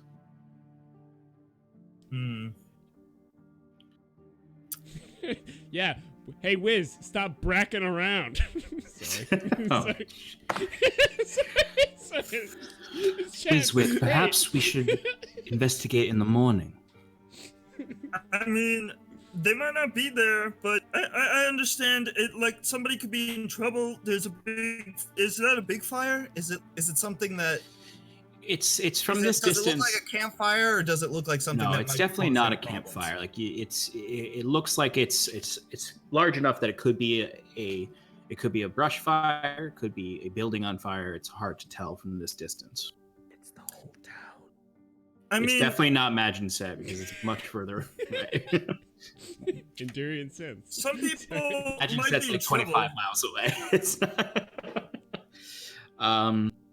Look, Kieran, I'm gonna be honest with you. If it were me alone, I'd go and check it out. But I've learned my lesson. I can't go off and do things on my own. I'm gonna go wake up Scarlet and tell her about it. Because Well, she's why the one don't- who would care the most. Why don't you? Well, technically, Cal Well, she was the and one who Timber cared the should be least, right? waking up soon. Scarlet needs to rest. Yeah, Kieran she'll metagaming be about the mad long at me. rest. She'll be mad at me, Kieran. Already she mad would- at you. Do as you wish, Wiswick. I will keep an eye on the fire. If it gets worse, I will wake up the others. I'm gonna go check it out. I Okay. mean, you No, you make can. a good point. You make a good point. I don't know what to do. No, is this what you're doing, Wiswick? Yes, I'm going to tell Kieran. If I'm not back in an hour, wake everybody up. Tell them what happened. If anything scary happens, feel free to what's It's called a half hour leave. away at your fastest pace. Right. Right. So if you're not back in an hour, that's You're not gonna any be time. back in an hour. He'll see me coming back. I'm gonna be sprinting the whole way. Okay. No, that's fine. Kieran, because Stefan's not here, agrees. I'm literally gonna see what it is and then turn around. I and will go say, back. this is towards the end of your watch. So in an hour, like by the time you get back, Cal and Timber will be waking up. Okay. Just keep that in mind, just because they took the first two watches, so they're gonna wake up first. You're gonna be And it's- bleeding into your rest, right? Oh, well then I'm definitely gonna wake everybody up. If it's Yeah. just an hour's limit, like Yeah, like you could wait. You We can could just you can wait wait a an little hour while so that and we wake get our up long rest. Cal and Timber. Scarlet still needs a little bit of time. I mean, it's it's a little hairy with the 12-hour long rest. I'm not going to punish you guys. I'm not going to be like Scarlet has to sit there for 4 hours.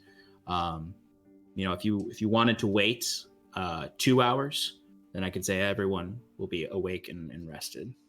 But that's your choice. What you want to do, because you're the awake player at the table right now. So you have the decision of giving Oh, everybody jeez. exhaustion. You're the awake player at the or table. waiting. Kieran can do minimal because it's me playing Kieran. He can only be a funny impression. Everybody gets exhaustion. Wake up! Wake up, everybody! I will There's say, fire. I'll say at the very least, if everyone's woken up, Cal and Timber, you can still get your long rests.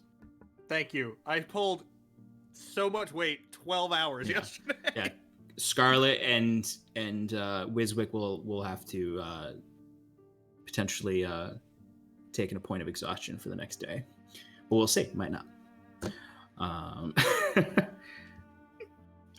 But you all suddenly hear What was that? the loud, familiar shouts of Wiswick.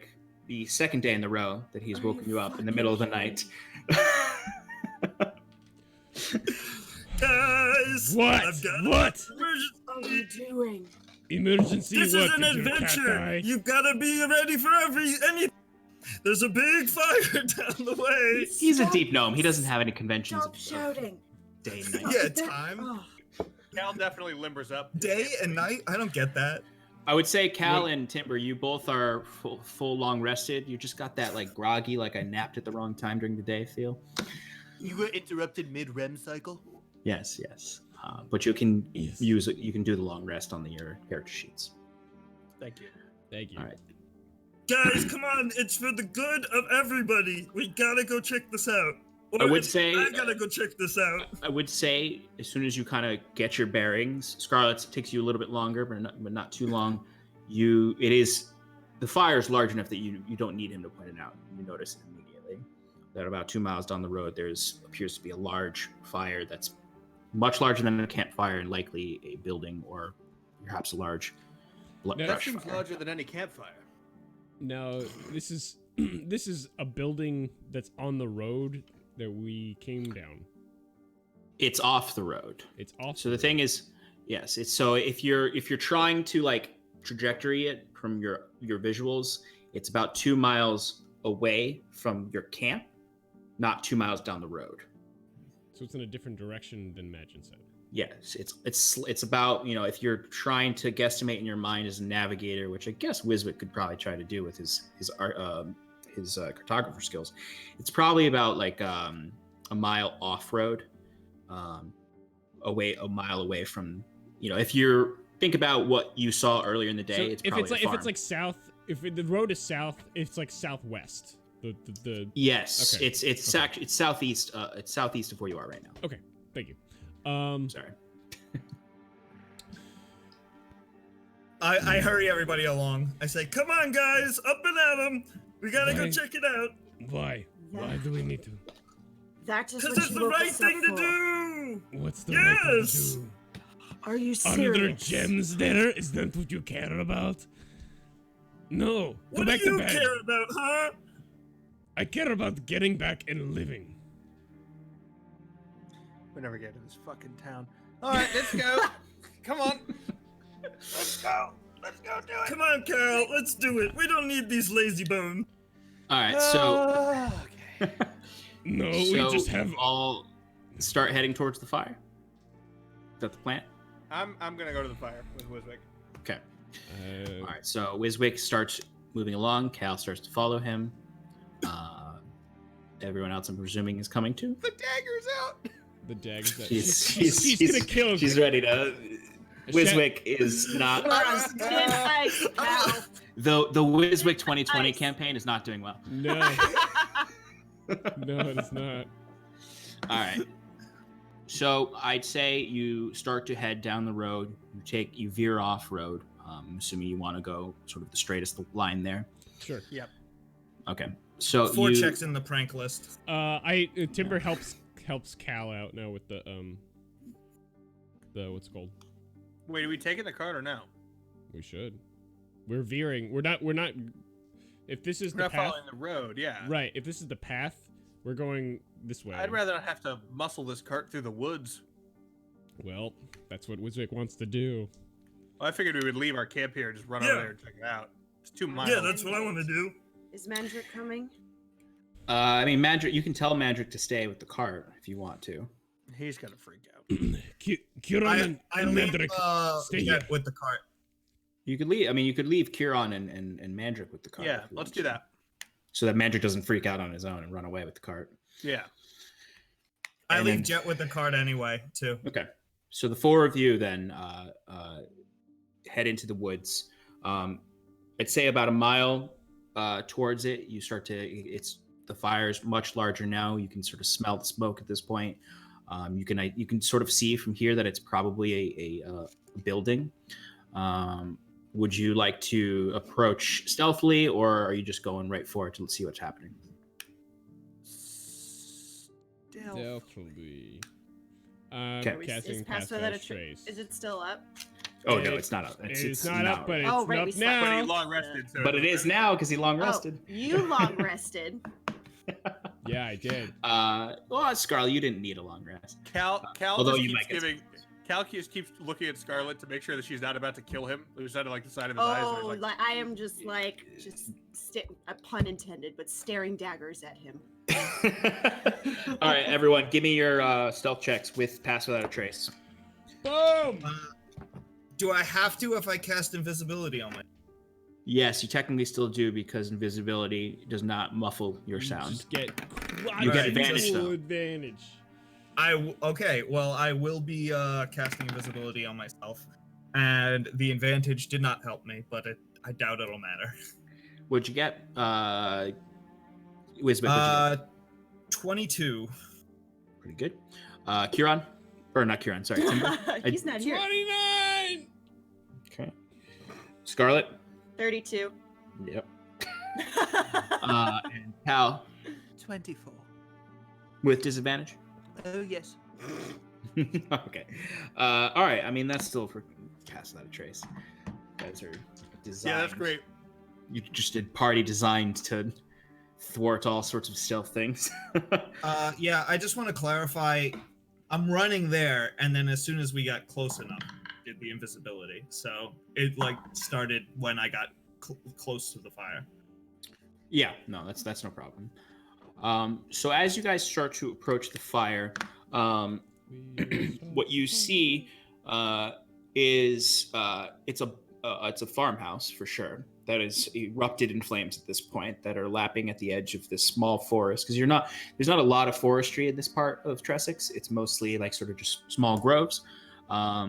It's the heat is oppressive. You can feel it even though you're like 50 feet away from the fire. You can see it's starting to spread to the I mean, there's no real crops there, but there's a lot of dried out dead plant matter there. It's starting to spread across. You hear a scream as a woman comes running out of the house, trying to hold on to whatever belongings she can. And you see an arrow fly into her back. She collapses down on the ground.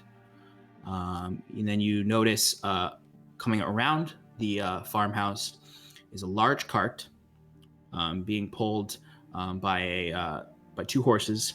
And you see several scrappy leather armored individuals.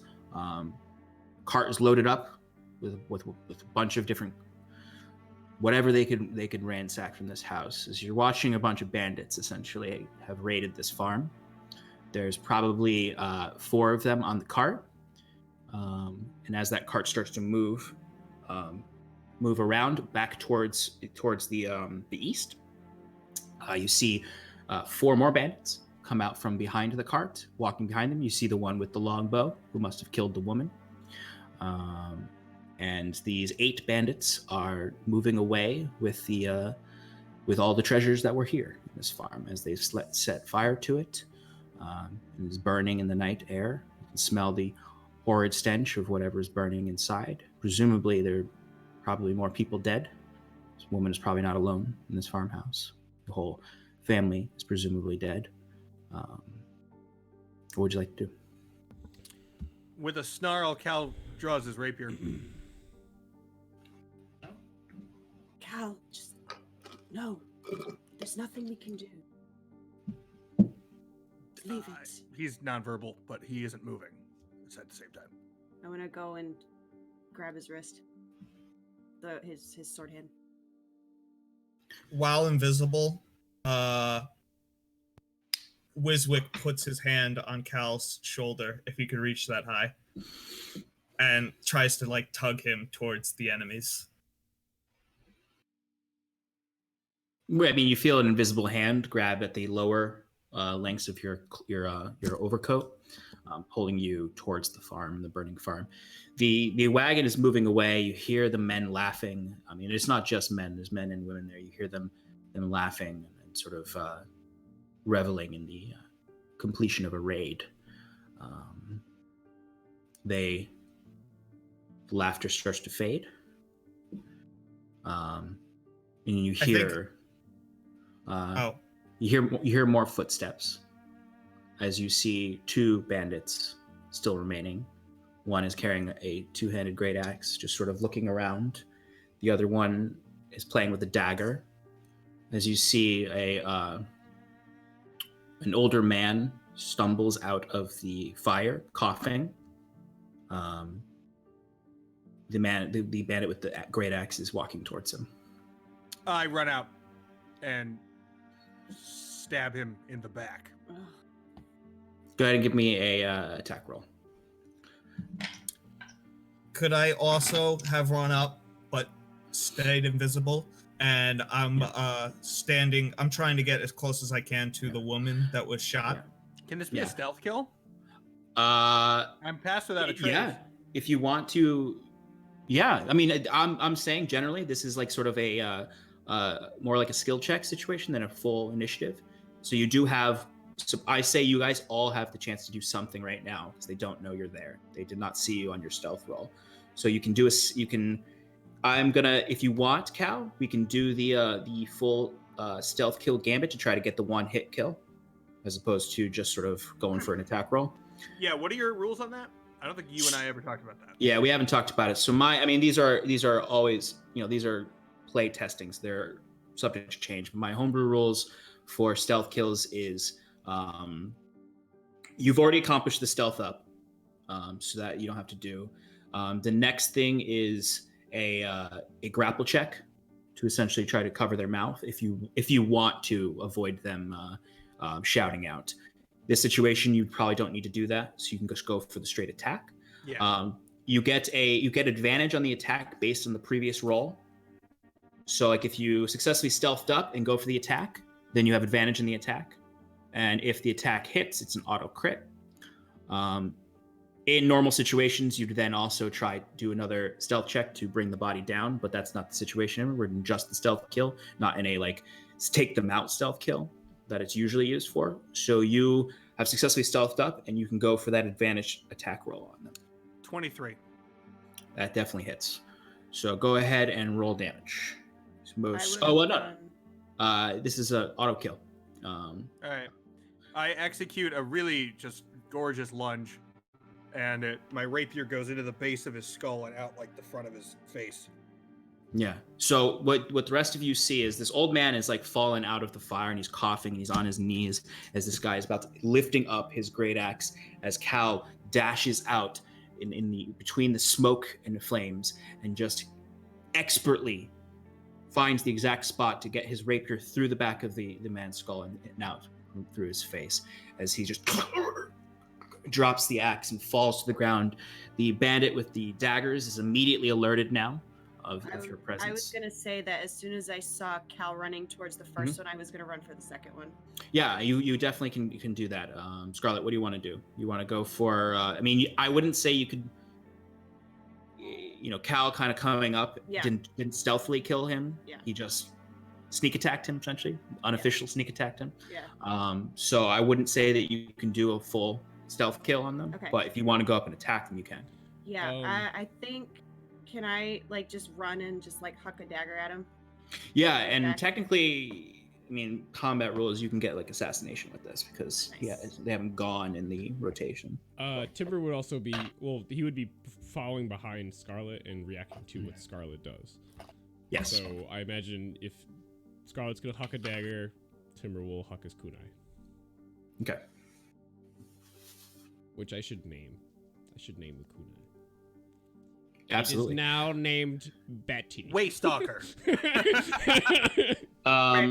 Betty. I'd say you can. I like Inkswell. As you see her leap forward and toss the dagger, you can also follow her and toss the kunai, so you can both attack at the same time. Okay. I got a 25 Wait, to hit. do I have an advantage on this, Sean? No, because Cal's kill was not a. Granted, even if Cal did grapple him, the guy was right in front next to him. So it doesn't matter. And it doesn't matter. You guys are going to kill this guy with those rolls. So tell me how you want to kill this guy. Dagger, back of the neck. Okay. Kunai in the side of his neck. Yeah. So side of his head. Sorry. The man So just this guy- sprouts daggers. Yeah, right. Like somehow decapitate the guy with two daggers. No, the old man comes out coughing. Cal, seeing an innocent life in danger, comes rushing forward, pierces this bandit right through the back of the skull, through the front of the face, drops the axe. The other bandit, getting his daggers out, ready to lunge onto Cal, is suddenly just blood starts pouring out of his mouth as he just collapses to the ground. As this older man is just now here. And Wiswick, you wanted to run up to the woman with the arrow in her back. Yeah, I just want to check her pulse. It's very faint. She's on death's door. She's doing death saving throws. Is there any way I can do a medicine check to perhaps save her life? You can do a medicine check to attempt to stabilize her. Do I recognize any of these bandits? Give me an investigation check to look at them. I got an 18. Okay. You definitely you sort of snap the arrow. You don't pull it out because you know better than that. You start to apply some pressure to the wound, and you, for now, have stabilized the woman. Her pulse is still very weak, but she's her breathing is hoarse, but she is, for the time being, kept alive from potentially bleeding out. And I imagined through struggling doing that, I revealed myself. Yeah, absolutely. Medicine check would be an action. So she is unconscious still. Yeah, I just figured everybody else saw me and what I was doing. Okay. What would the rest of you like to do now? Shan, what'd you get in that investigation check? 5. They're unfamiliar. They just look like highwaymen, you know. They probably live in a shady camp not too far from here. Timber would help out Wiswick with the woman. Medicine check, but okay. Absolutely, yeah. I'd say through your combined efforts and your alchemical abilities, you're able to completely stabilize her, and begin tending to the arrow wound. Yeah. Cal. Do you think she needs any magical attention, or like? I'd say if you spend enough time with her, no, you can get the arrowhead. Working together, you can get the arrowhead out. And sew it up, possibly. I don't even know. Yeah, it'll take a while. We have a if you want. tailor apprentice. Cal, where Cal, you I at? need some needles. So the guy would fall to the ground, right? And I imagine in my head, he falls to his knees, and then I put a boot on his shoulder and just like wrench my rapier out of his skull. Absolutely.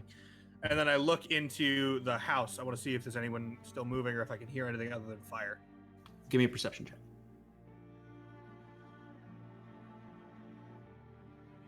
It's at 4. It's just the roaring of the fire. I'll turn to the old man. Mm-hmm. Is there anyone else in that? The old man, he kind of struggling through coughs. He's not even. He didn't even really notice what was happening. That the attack happened. That he was about to die. Even he tries to struggle. He hears this. He's confused. My son. I don't know. They might have killed him. I take out my water skin, and I dump it over my head, and I hold my cape over my face, and I go through the door. I want to stand in his way, and just stop and just talk to him before he goes in, if I can. You can probably say a few sentences before. Okay. I'm assuming Cal's gonna probably try to push through you. Yeah, that's all I have. Cal, let me do it. I'm resistant to fire. You're going to die if you go in there. Let me do it. Yeah, I was trying to think what Cal would do. Yeah, that would stop me. Okay. Yeah. I just look at her and nod.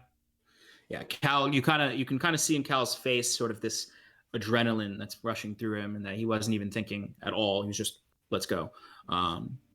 He backs off, and you can now enter into the flames. I need you, as you're moving in, to make dexterity saving throws. Okay. Before I go in, I want to take my cloak off so it doesn't get caught on anything. Yeah.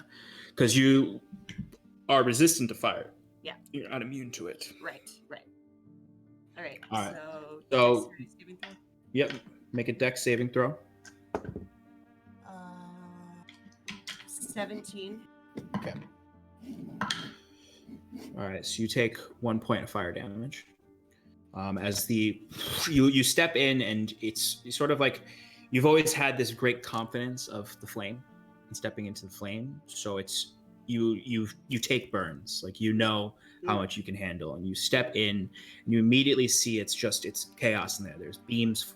A beam falls in front of you and you shield your eyes as dust and smoke stings your tears up your eyes. You start looking around. You give me an investigation check or a perception check. Perception to try to listen for anyone alive. Investigation to just start looking. Perception. Okay. Nope. That was a 1.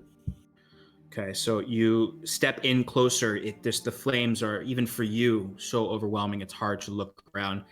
Give me another dexterity saving throw. What's this house made out of? Brick?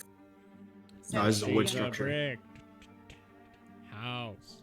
What'd you get? Maybe it's a brack house. Okay. I'll just, You're gonna take 4 points of fire I'll just- damage. I'll just take this and, and go in the corner. It's like as you're stepping in deeper, you feel the magma part of your skin starting to crack of its own accord, kind of reacting to the heavy flames. You can't hear any screams. You can't hear any struggling. Is there stairs? There is an upper level that has a very on fire ladder that leads up to it. What would you like to do? I can't see anything or hear anything on down below. I'm gonna try and go up that ladder. Okay. Give me a dexterity saving throw.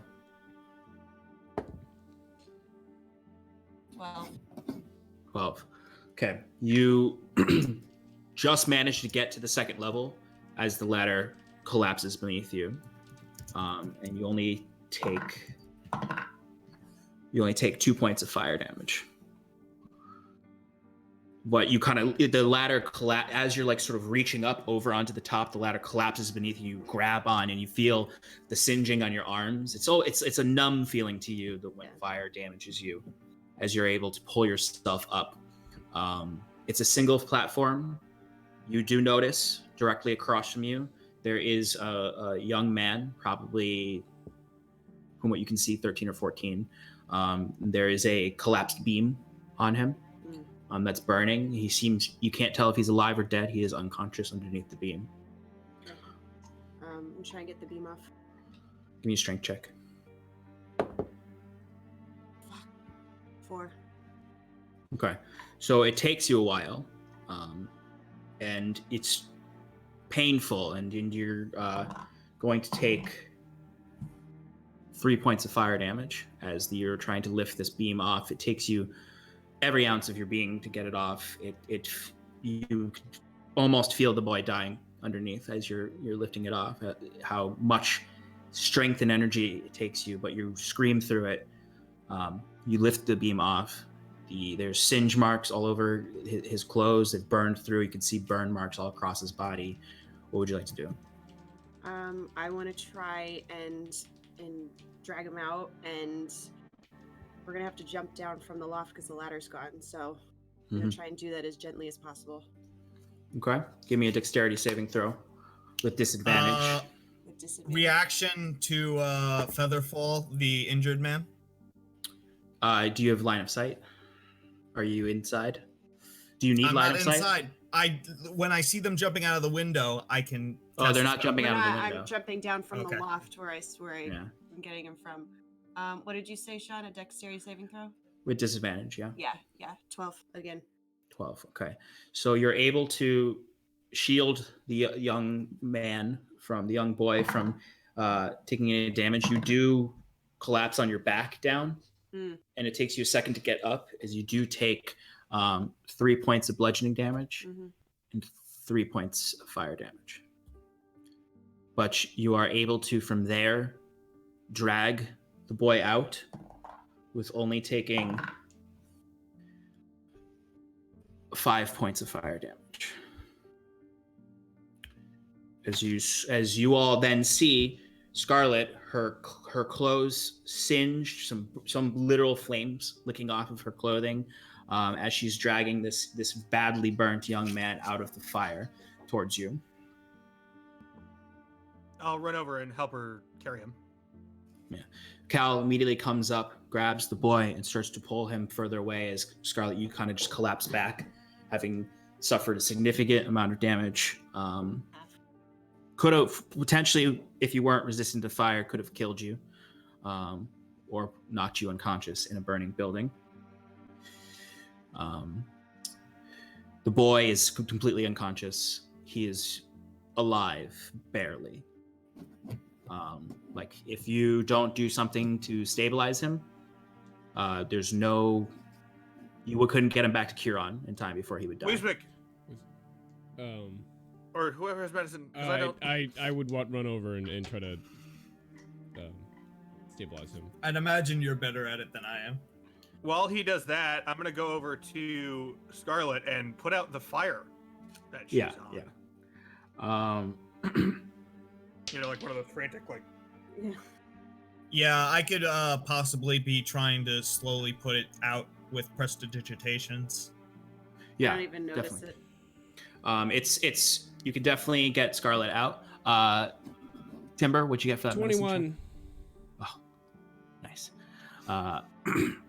So it takes a lot, and you kind of have I to. was gonna say. You call out to Scarlet to see. I mean, she's pretty badly injured, but you call it to everyone to see who has any kind of healing herbs or anything like that that you can use.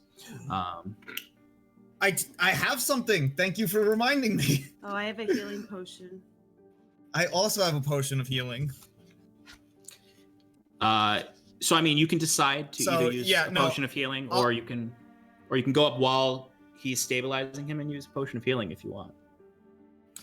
I think I am going to stop doing the magic, like dispelling the fire, and I'm gonna unbottle the potion of healing, and I'm like holding it over the badly burned man as Timber's tending to him. Mm-hmm. And I'm just looking at him like I'm ready to do it if he says, like, if he gives me the go ahead. You mean the boy? Yes. Yeah. Yeah. You give me the go ahead though. I'm looking at you. How is the situation relative to the woman? Say that again. You cut out at the end. How is the boy's situation relative to the woman? The woman is stabilized. She has not suffered significant burns. She just has a wound that you've tied up. The boy is burnt. Like the difference between just stabilizing him and healing potion him is horrific scarring and only minor. Large scarring, but not as horrific with a healing potion. It's the difference between that magical aspect of the potion versus literally wrapping up the best you can these burnt skin. I look at Wiswick and I go, the boy, and then I help him open his mouth and blah. Okay. Yeah, I don't know if it goes in the mouth or if I just apply it. No, I would go in the mouth. It's like paste. Okay. Like so- Metagel I from would focus Mass the Effect. face and the hands and the feet, like the important parts. So the potion, you know, you help the boy best you can. Potion goes down. You see the burns sort of in the moment, kind of healing over very slowly, not like super fast, like Wolverine style, but in that same sense of sort of the burns are turning into much lighter burns, less significant coverage. He'll still have scarring, but it'll be nowhere near as painful of a recovery as if you hadn't applied the potion. And he actually wakes up, and he's just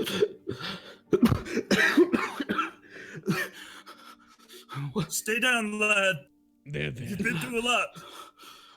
He's only awake for a few moments before he's gonna pass right back out of shock. Yeah, as he sees my face. As he also sees a werewolf above him, sort And of a applying, kindly dwarf. and a kindly gnome, just too much, just way too much, you know. But you have successfully saved this family that were certainly going to die if you didn't do anything, even if you didn't do anything from the bushes. I continue to I put the guy down gently and continue to try and put out the fire, hoping to save as much as their house as possible before it burns all down. I'd say with the rate the fire was already at, and because prestidigitation is just a cantrip, you can't keep up with the fierceness of the fire. It's like you can see that if this was much smaller, maybe it would work, but it's just catching back and it's not working. So yeah, I think I try it a few times, and then I prepare like a larger spell, like I'm about to cast it, and then like I just think it over and I just stop. Like it's probably too late anyway, and I just stop casting spells. Yeah, and as soon as you sort of give up on casting the spells, you all just hear the as the rooftop collapses in on itself. Sparks go shooting out. You kind of all have to like shield yourselves a little as you feel the slight burns of the sparks hitting you. As the house is sort of completely collapsing and burning down. A few flames catching on to other. I'd say if you could keep the flames from spreading to the field with prestidigitation, but I do so. Yeah, you wouldn't be able to put the whole fire out. It'll just have to burn itself out. Mm-hmm. What do you guys want to do? So I don't know. So if I put the fire that's on Scarlet out, I think Cal would just kind of be like, this is weird to say, kind of just like fussing with, like, just like making sure that she's alive. You know what I mean? Yeah. Because I'm a little bit like the adrenaline's starting to come down now, and so I'm a little like, yeah, you know, you get that jittery. Yeah. Cal, I would say as you're putting the fires out on her, you take 1 point of fire damage. Not from actually putting the fires out, but like as they're going out, you can see that her magma skin is still cracked and it's slowly sealing itself back up, and sort of just the heat of Scarlet hurts you a little as you're helping her out. Okay. It's a intense situation because she has no like, there's like Scarlet's not gonna have like scars from this fire. It just was hurting her. Are you okay? That's the second time I've pulled someone from a burning building. I'm fine. Okay.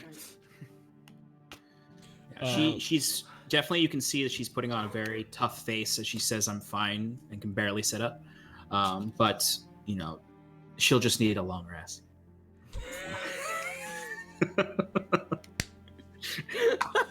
Sorry. Wiswick, you're the worst. But she's too. I mean, it's a combination of the exhaustion of not getting the long rest, and just you took a lot of damage there. More than half. Absolutely, certainly would have killed you if you weren't resistant to fire, and probably could have potentially killed Cal, or at least knocked him unconscious, and would have required Scarlet to run in anyway. But that's heroism. She seems okay. She's going to be okay. She's just pretty hurt, and tired, and exhausted. Old man.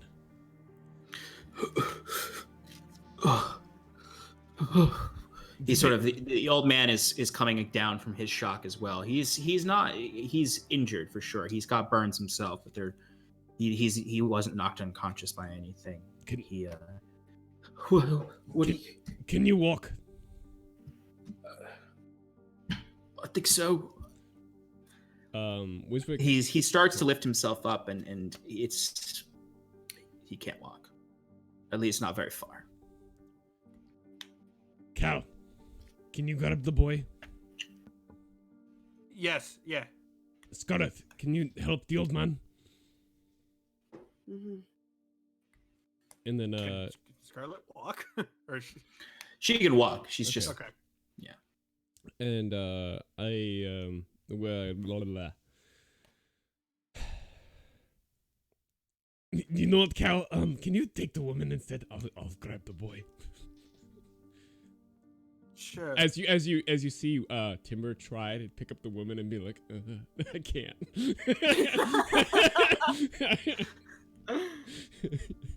Timber's not as strong as he appears. He's just Fast. dexterous, if you will. As Cal stops before going to the woman at the body of the man he killed. Mhm. And he like turns him over. Yeah, it's almost like his nose was like just completely obliterated by your blade. Yeah. And there's just a gash here that's in the skin kind of coming out and just bloody. It's as if the nuclear explosion of a nosebleed. Eyes rolled back, the back of the head. Yep. So you see Cal just kind of sit there for a couple seconds and look at him. And then he definitely handshaking, but he grabs a piece of the guy's clothes and wipes his blade off and sheathes it and walks away. Okay. Man is just it's this very nondescript face, bald head, like shaved eyebrows almost. He kind of looks like the Thens from Game of Thrones. Just a real monster of a man. Okay, so Scarlet, you're helping the old man walk. Yeah. Timber, you've got the boy. As we're walking back, I assume I would have either grabbed my dagger out of the other guy, or Yeah. can I look? Yeah. The daggers are in the guy's neck, so you can both grab your weapons easily enough. I would say that after Wiswick casts the spells to stop the flames, while it's still fresh in his mind, he attempts to write down descriptions of the bandits that weren't captured or taken away. Specifically, the one with the longbow. That's probably the one we saw the most. Yeah, absolutely. And I mean, generally what you can sense from it is that it was very, very thin, gaunt man, probably five-ish, not a very tall man. Very long face. You couldn't get details out, but he had a very long, pointed chin, thin face, with a shaved sides of the head, with just actually shaved all around except for a tuft in the front of from what you could see, pitch black hair. Yeah, I just You muted yourself. I take note of the description, planning on returning back to Imagine Set and relaying this information to the authorities. Mm-hmm. Easy enough to do. All right, so are you planning on making your way back to the encampment? Yes. Yep. Mm-hmm. So it takes you a little think longer. Go ahead. Is the are we in the right direction? Maybe we want to bring them to us. It would be less strain on the victims at the moment. Yeah, I mean, you can tell them to go directly. We can go directly west To the road. or Yeah. because we're east, so they can go Right, south, okay. and then we go west and meet them. And Kieran's keeping an eye out for you, so he would see you once you reach the road. Yeah, and I imagine my bat would also Yeah. like tug on him and tell him to move once I get in range. Yeah, I'd say Kieran would even see you before, and he would probably come to meet you once you guys got a little closer than right at the road. But it takes you a little while. The sun is just sort of slowly rising as you reach the road, and that very sharp contrast orange light over the blue shadows of the morning. As you see in the distance, and you can start to see Kieran stepping down from the grove where the statue is, Mandrick carrying the cart behind Kieran, Jet flapping towards you as they meet you halfway. Kieran, Yes. please Oh, no. help these people. Ivania, what happened? The woman first. And you see Kieran, he does his work. He sort of goes to each of them and begins casting cure wounds. You see the woman, you can sort of actually, like the bandages you have wrapped around her are kind of soaked in blood. And as Kieran's sort of vibrant indigo light sort of washes over her as he's muttering a prayer underneath, holding onto the phylactery at his waist. The blood sort of looks almost like it's coming back in to the body. As deep breath, return to normal breathing. Similarly, he goes from her to the old man to the boy. The boy's burns lessen in their extremeness, reducing to simple scars. And the old man slowly is able to lift himself up and walk on his own as he just looks to each of you. I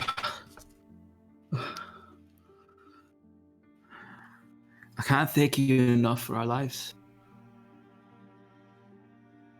I'm sorry, it's just our livelihood.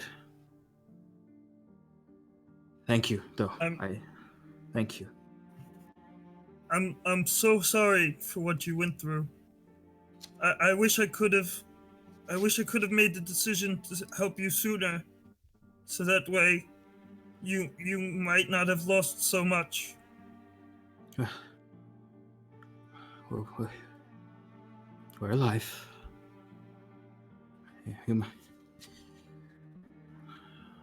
Font Mother must have sent you. That is what it's important.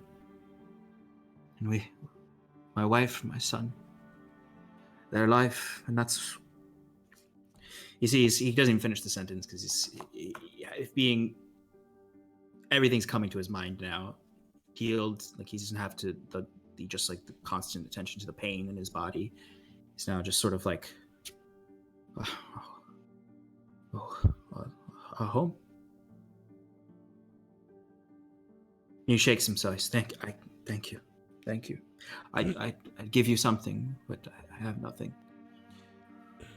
While this conversation is going on, Cal is taking the crate of mandrake off of the cart and putting the boy and the woman on there. Okay. Easy enough to do. Well, I know you don't have a home, but we did save your fields. If there's anything you can maybe harvest for a livelihood just to survive, we could take you as far as Maginset, if that helps. It's better than the wilderness. Likely to come back, finish the job. But thank you.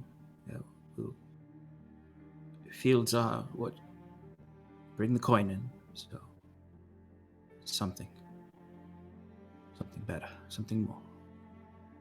It's up to you. I would happily accompany you to Maginset. Perhaps we can, figure it out from there. At least we'll be safe.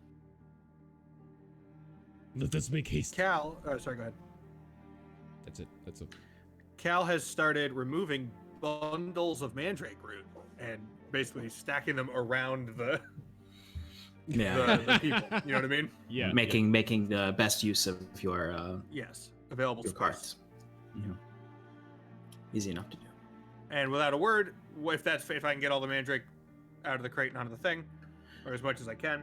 Yeah, I'd say you can get most of it out. Yeah. Enough. There's definitely some that's not salvaged. You find some weird clumps of grass and dirt in there too, but throw that away. We see a sock in there. You think enough? We see a sock. You find a random knitted sock in there. I don't acknowledge that, and I, without a word, grab the front of the cart and start pushing towards Maginset. Right. Okay. I think that Wiswick will try and recover a sock, and in the meantime, he will also take he will stuff his pack with the mandrake root, or just not even try and hide it, because he just wants to lighten the load and carry more stuff on his back. Yeah, and you're easily able to pick up not all of it, but a lot of the mandrake root to recover as much as you can. You all start heading south on the road Scarlet, you're limping. You know, it's combination of exhaustion and the wounds. I But will motion to the cart for her if she wants to sit. I reach into my pack and I pull out a potion of healing, and I'm just down it, walking. Wait, does Kieran have any healing? He can Yeah, he can heal. chip in here. Yeah, Kieran could at least give you a boost. Okay. I'll say I'm not going to do any rolls for him. I'll just say that you at least are saved from the pain and aches of your body. But I will still need you to make a Constitution saving throw. 14. You with the aid of Kieran mending some of your wounds, and you just sort of tighten your belt, strap your dagger in, and resist the overwhelming exhaustion that's coming over you as you all start to head back to town. Should I roll for exhaustion as well? Yes, Wiswick, you as well. It's a Constitution saving throw, right? Correct. That is correct. I'm exhausted. I rolled a 4 plus 2. So you have 1 level of exhaustion. Okay. But you start to make your way south. The sort of jovialness of the previous day's journey and the sort of lovely light of the new sun and the farms somewhat forgotten as a stoic journey in the crack of dawn south. Would you you take most of the day to travel. Little is happening. You sort of keeping an eye here and there, but sort of almost zombie-like walking back to Imagine Set. There's no more threats on the road. You see no signs of those bandits. All you saw was them heading east from the farm, and it comes towards the end of the day, towards sunset, when you spot a mile down the road the hill walls of Imagine Set, the smokestacks from the homes, as you've returned to Imagine Set. Before we reach Imagine Set, there's 2 things I would like to do. Absolutely.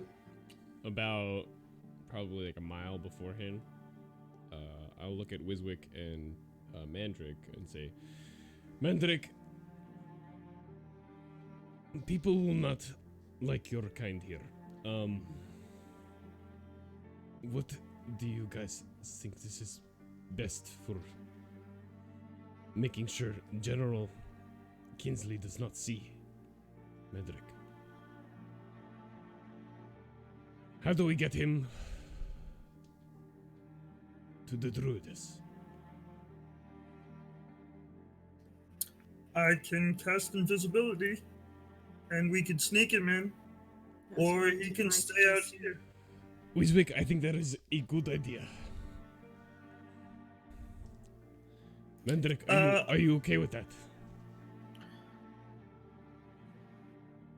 Yes, I'm okay with anything that'll get me in quietly to the Druidess. Kieran, can you lead Mandrick to the Druidess? I think I can do that. I know the way. Good. That is all. That is all. And Timber's gonna go into a wolf form, and Okay. then start heading back to. I'd say the you enter into the city. I imagine Wiswick will cast invisibility a little ways away from it, with enough time for him and Kieran to escort the invisible Mandrick to the Druidess. I also wanted to mention that I used 1 slot visibility. I have this is the second time I'm casting it. I have 1 more slot, and then I also believe Kieran has the spell. So I if we think you're really right. need it. Also, Yeah. We should all go there because we need to take the Yeah, Mandrake I route realized to that Tower after anyway. once we got to town, I was like, wait, Yeah, yeah, we have to go there anyway. Yeah, no, actually, I'd say you all head there, but yeah, Mandrake, you have plenty of ability to keep Mandrake. Wait. I have one more thing we gotta talk about before we go into town. Or maybe this is like walking into town because I have like no plans. I would say just thought of this was as you guys walk into town. You've entered into the circle of the market, and you are heading towards the Circle of Ash. What do we gonna do about the Ask May? We found it at the tower. We found it in the swamp. Right? Is that what we And we're gonna need? give it to the general, like he No. asked.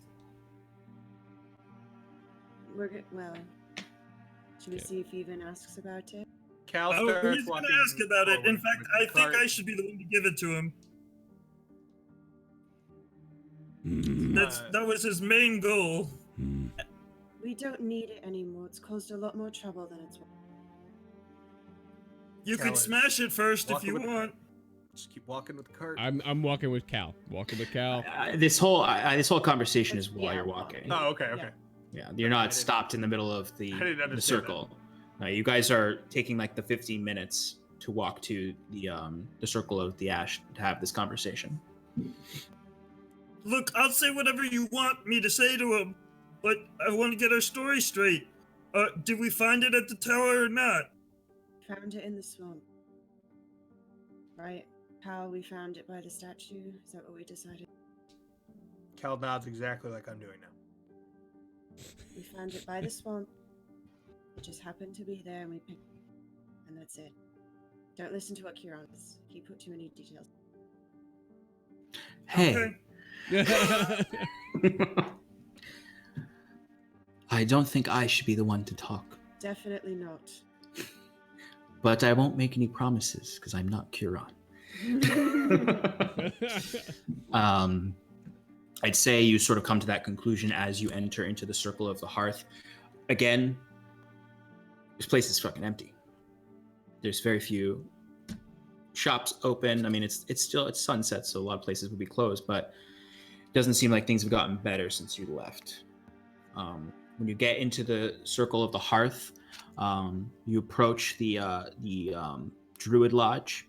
And all you see is McClear leaned up against the front, torch lit and a sconce next to him. There's no other torches lit in the square because there's no one. Everyone is seemingly in the lodge being tended to, as he's just leaning back against the door. He sees you coming and he immediately, before you even get there, opens the door and calls in for the druidess, and she steps out, Wyla, and she rushes forward to you all. Did you get the... You're back sooner than I thought. I start grabbing bundles of mandrake. Clear, help him. Bring it inside quickly. Come on, Wyla, did you doubt us for a minute? Don't you know we're amazing by now? No, I never doubted you, but these people, we've had a few deaths. When we burned the corpses before anything happened. I don't even know if that was necessary. This is amazing. This will definitely help. McClear kind of he runs inside and he comes out and he has a crate and he starts to just sort of arm handfuls of the root in. He's like, I have no idea how much we've needed this. It's been a bleak few days. Wiswig throws his load in the barrel too. And I'd say you notice McClear is... He was... The first day you met him, he was pretty grim. And he obviously grew more jovial as you helped solve the crimes. But this is a low. His eyes look heavy bags. He's very unkempt. He smells. He's unbathed. As he's just sort of mindlessly grabbing root and bringing it inside. Wyla just looks to each of you, and she looks to the family. Do they need help? Yes. We'll get them inside. We'll get them a hot meal. Bandits on the roads. Roads haven't been safe for a long time. Certainly not now. The guard's so thinned. It's Thank not you. right. Of course.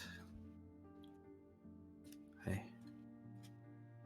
Hopefully, this will help. It's late. If you'd like, you can stay here or go where you wish. But I will start preparing your routes. So once once all the Cal carries whoever needs carrying in. Yeah. The boy and the woman need help. Yeah. The old man helps you as well. Kind of, you're both double arming, bringing them in. Mm-hmm. And then he gets Cal comes back out and kind of just leans against the cart, like forwards, kind of looking at the cart, for a few seconds, and then kind of just like angrily kicks it twice and starts walking back to the Lord's manor. I'm gonna follow him. Yeah, I'm bushed. Let's go. What is Kieran doing? I would say, like staying there. I would say, knowing how Stefan's been playing Kieran, I imagine he's going to stay and tend to the family for a little while before heading back, making sure they get a hot meal, make sure he takes care of any extra wounds they might have, and fumblingly helps Wyla prepare some of the route before coming back, probably an hour or two later, to the Lord's Manor.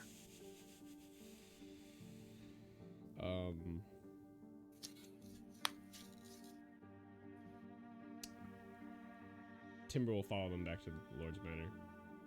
Okay. So, a lot of you return to the Lord's Manor. Kieran remains behind. As you approach the Lord's Manor, you go inside to find your rest for the evening. Timber, in your wolf form, you notice with the well, let me check. You notice one thing. As you're all walking in up above the at the one of the peaks of the tall ceilings of the roofs of the Lord's Hall, you do see the spectral. No, not the Wood Elf. Oh. You see the captain or the general's familiar. I give it a dart eyes at it, very obviously. I stop moving and I look at it for a moment, and then I keep walking. Yeah, and as soon as it sort of makes eye contact with you, you notice it just sort of off towards the circle of the market, towards the barracks. Is there anything you'd like to do before retiring for the evening? I want to talk to Timber before we go to sleep. Absolutely. Yeah. We're you do anything you want now. We're gonna end the session once you guys go to sleep.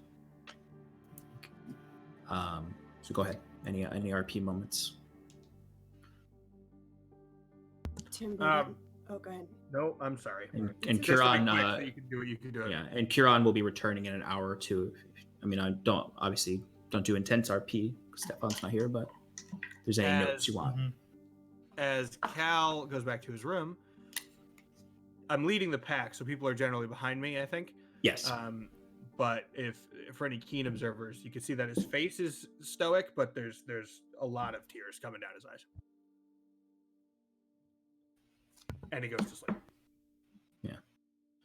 I'd say generally it would tries to. Yeah. Generally it'd be pretty obvious, not necessarily the tears, but obvious the distraughtness in Cal the quietness and the lack of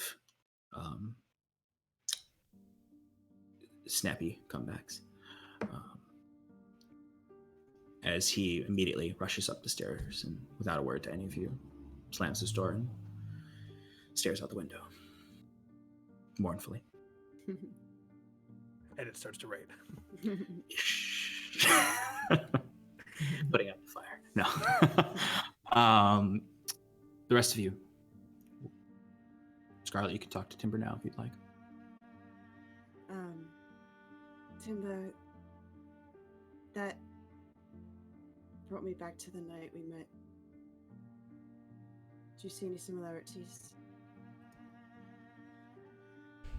Did you transform? Not yet. No, I was just trying to say Timber's gonna transform back into we're in our room, right? Yeah. Correct. Okay. Timber's gonna transform into a hybrid. Yeah. Yes, it does. I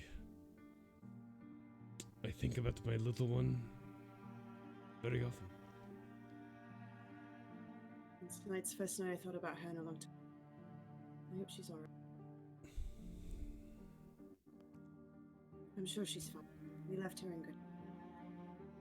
And she's with her brother.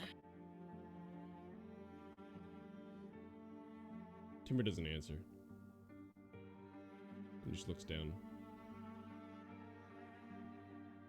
You alright? Yeah. Yeah. Not gonna much figure it I out, can you do. know. We're gonna figure it out. I'd say Scarlet, sort of in the midst of this conversation, you kind of are coming down from everything. And you have been on this whole walk, and you just sort of look down at your sort of the soot on you. Boils up with memories of the aftermath of this type of rescue. And it's just it's not that you haven't thought about him in a while, but this is a real jab in the stomach, sinking feeling. Punch to the gut, as I was about to say. But it's a stark reminder of why you're even anywhere. So, you've gotten pretty good at rescuing people out from burning buildings. I'd hardly say twice makes me an Well, it's better than most.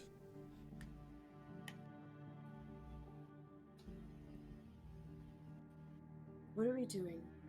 Are I we don't know. staying? Are we going? We should go. Can't leave We should together. ask these guys if they want to join us. I think that we can convince them. They don't have too much of a, I'll say, drive.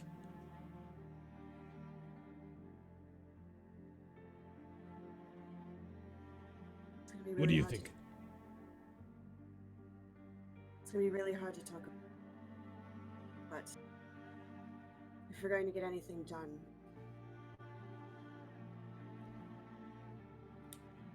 You cut out there. sorry. If we're going to get anything done, I have to talk about him. That is true.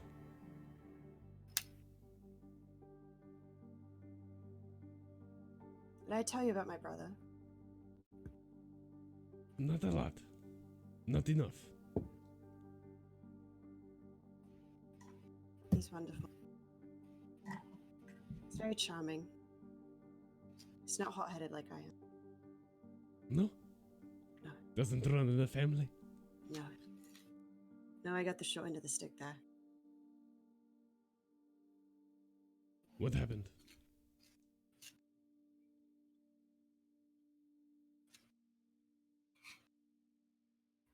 They took him. The same group. They took. And I don't know where he is. I don't know what they've done with him. I keep looking everywhere we go, every person we take down. I'm looking for burns on their face because before they took him, he burned them. His skin can do what mine can do. And he burned them so that I'd be able to find them. But I haven't seen any. And the last time I saw him, he told me to do what I must to find him. So that's what I've been doing.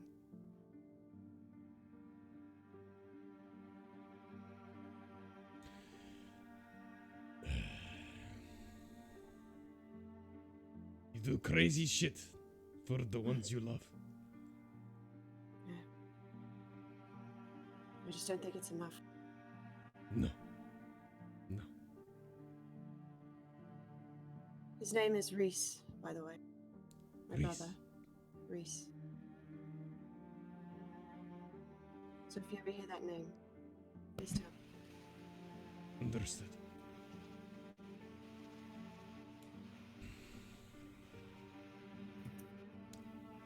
I wonder if...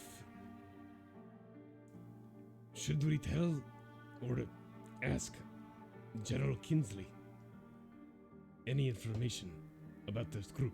Not about your brother. I don't know. I don't trust him. Understood. I don't trust him. I'm afraid he knows more than he's letting on.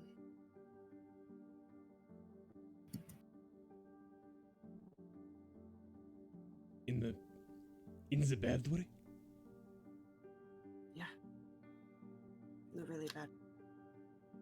People I told you that I thought that they see me, I think he knows about. Do you think he's with them? No. I don't think he's with them. I think he knows about them for sure.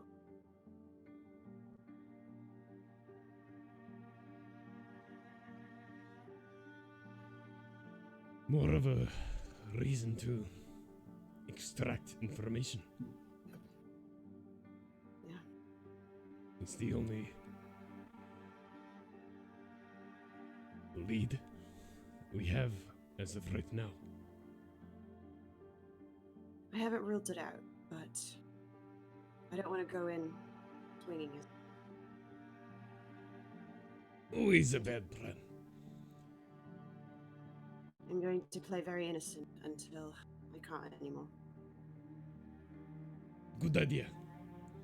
And remember, to him, I am just a wolf. It's a good disguise. Very good disguise. Thank you. And please course. don't mention this to the others. Of course not. You tell when you're comfortable. I will. Good night. And with that, Timber's going to wolf up, curl in a ball.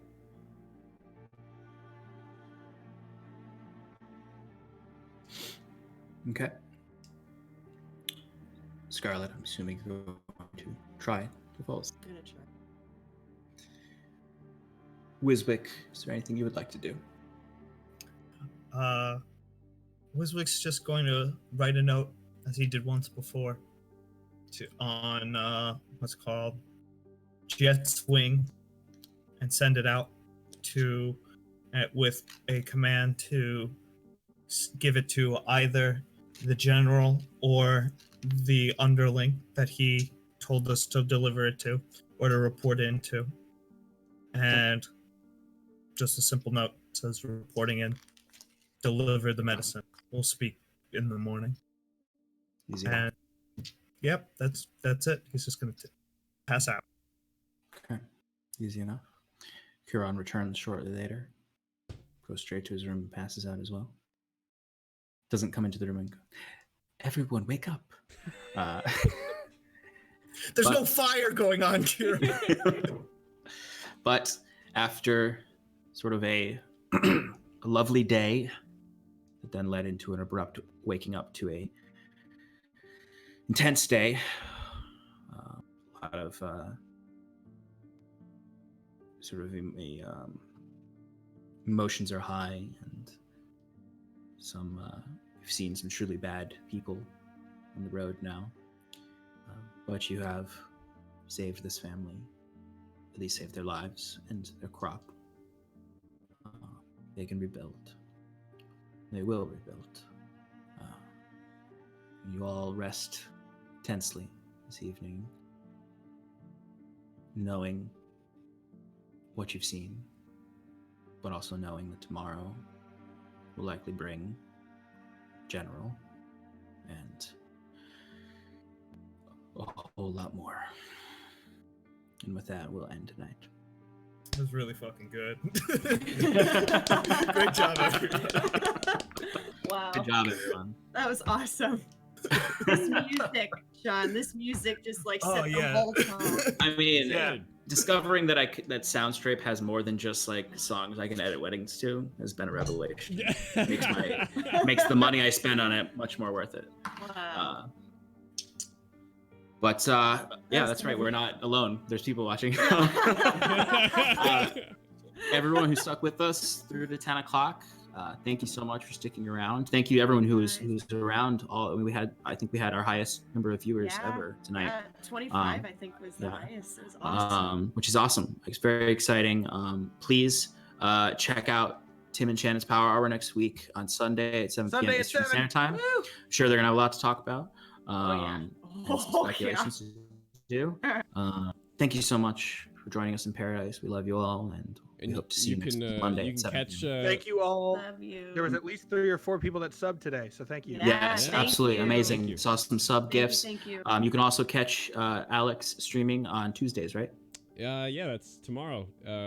Me and Summer Silent in the chat right there is we're gonna be playing some Hunt Showdown if you guys are into that, or maybe some Divinity. Whoever, you know. Ooh, I Yeah. might get it on that. And great time to poke Timbers. The bear. Poke the bear. But yeah, I'm a absolutely. bear This was now? a great I'm session. a bear. Our Damn it! next It's an session. upgrade. Damn Next it! session should also be jam-packed with some good RP with these You guys interviews have- in general. All right. We'll so excited for that. absolutely be getting to next session. Yes. Pretty much Thanks right much, away. guys. I'm actually Thank not you so a much. wolf. I'm just a Have a bear. great night. Thanks for joining us. We love you. Have a good night.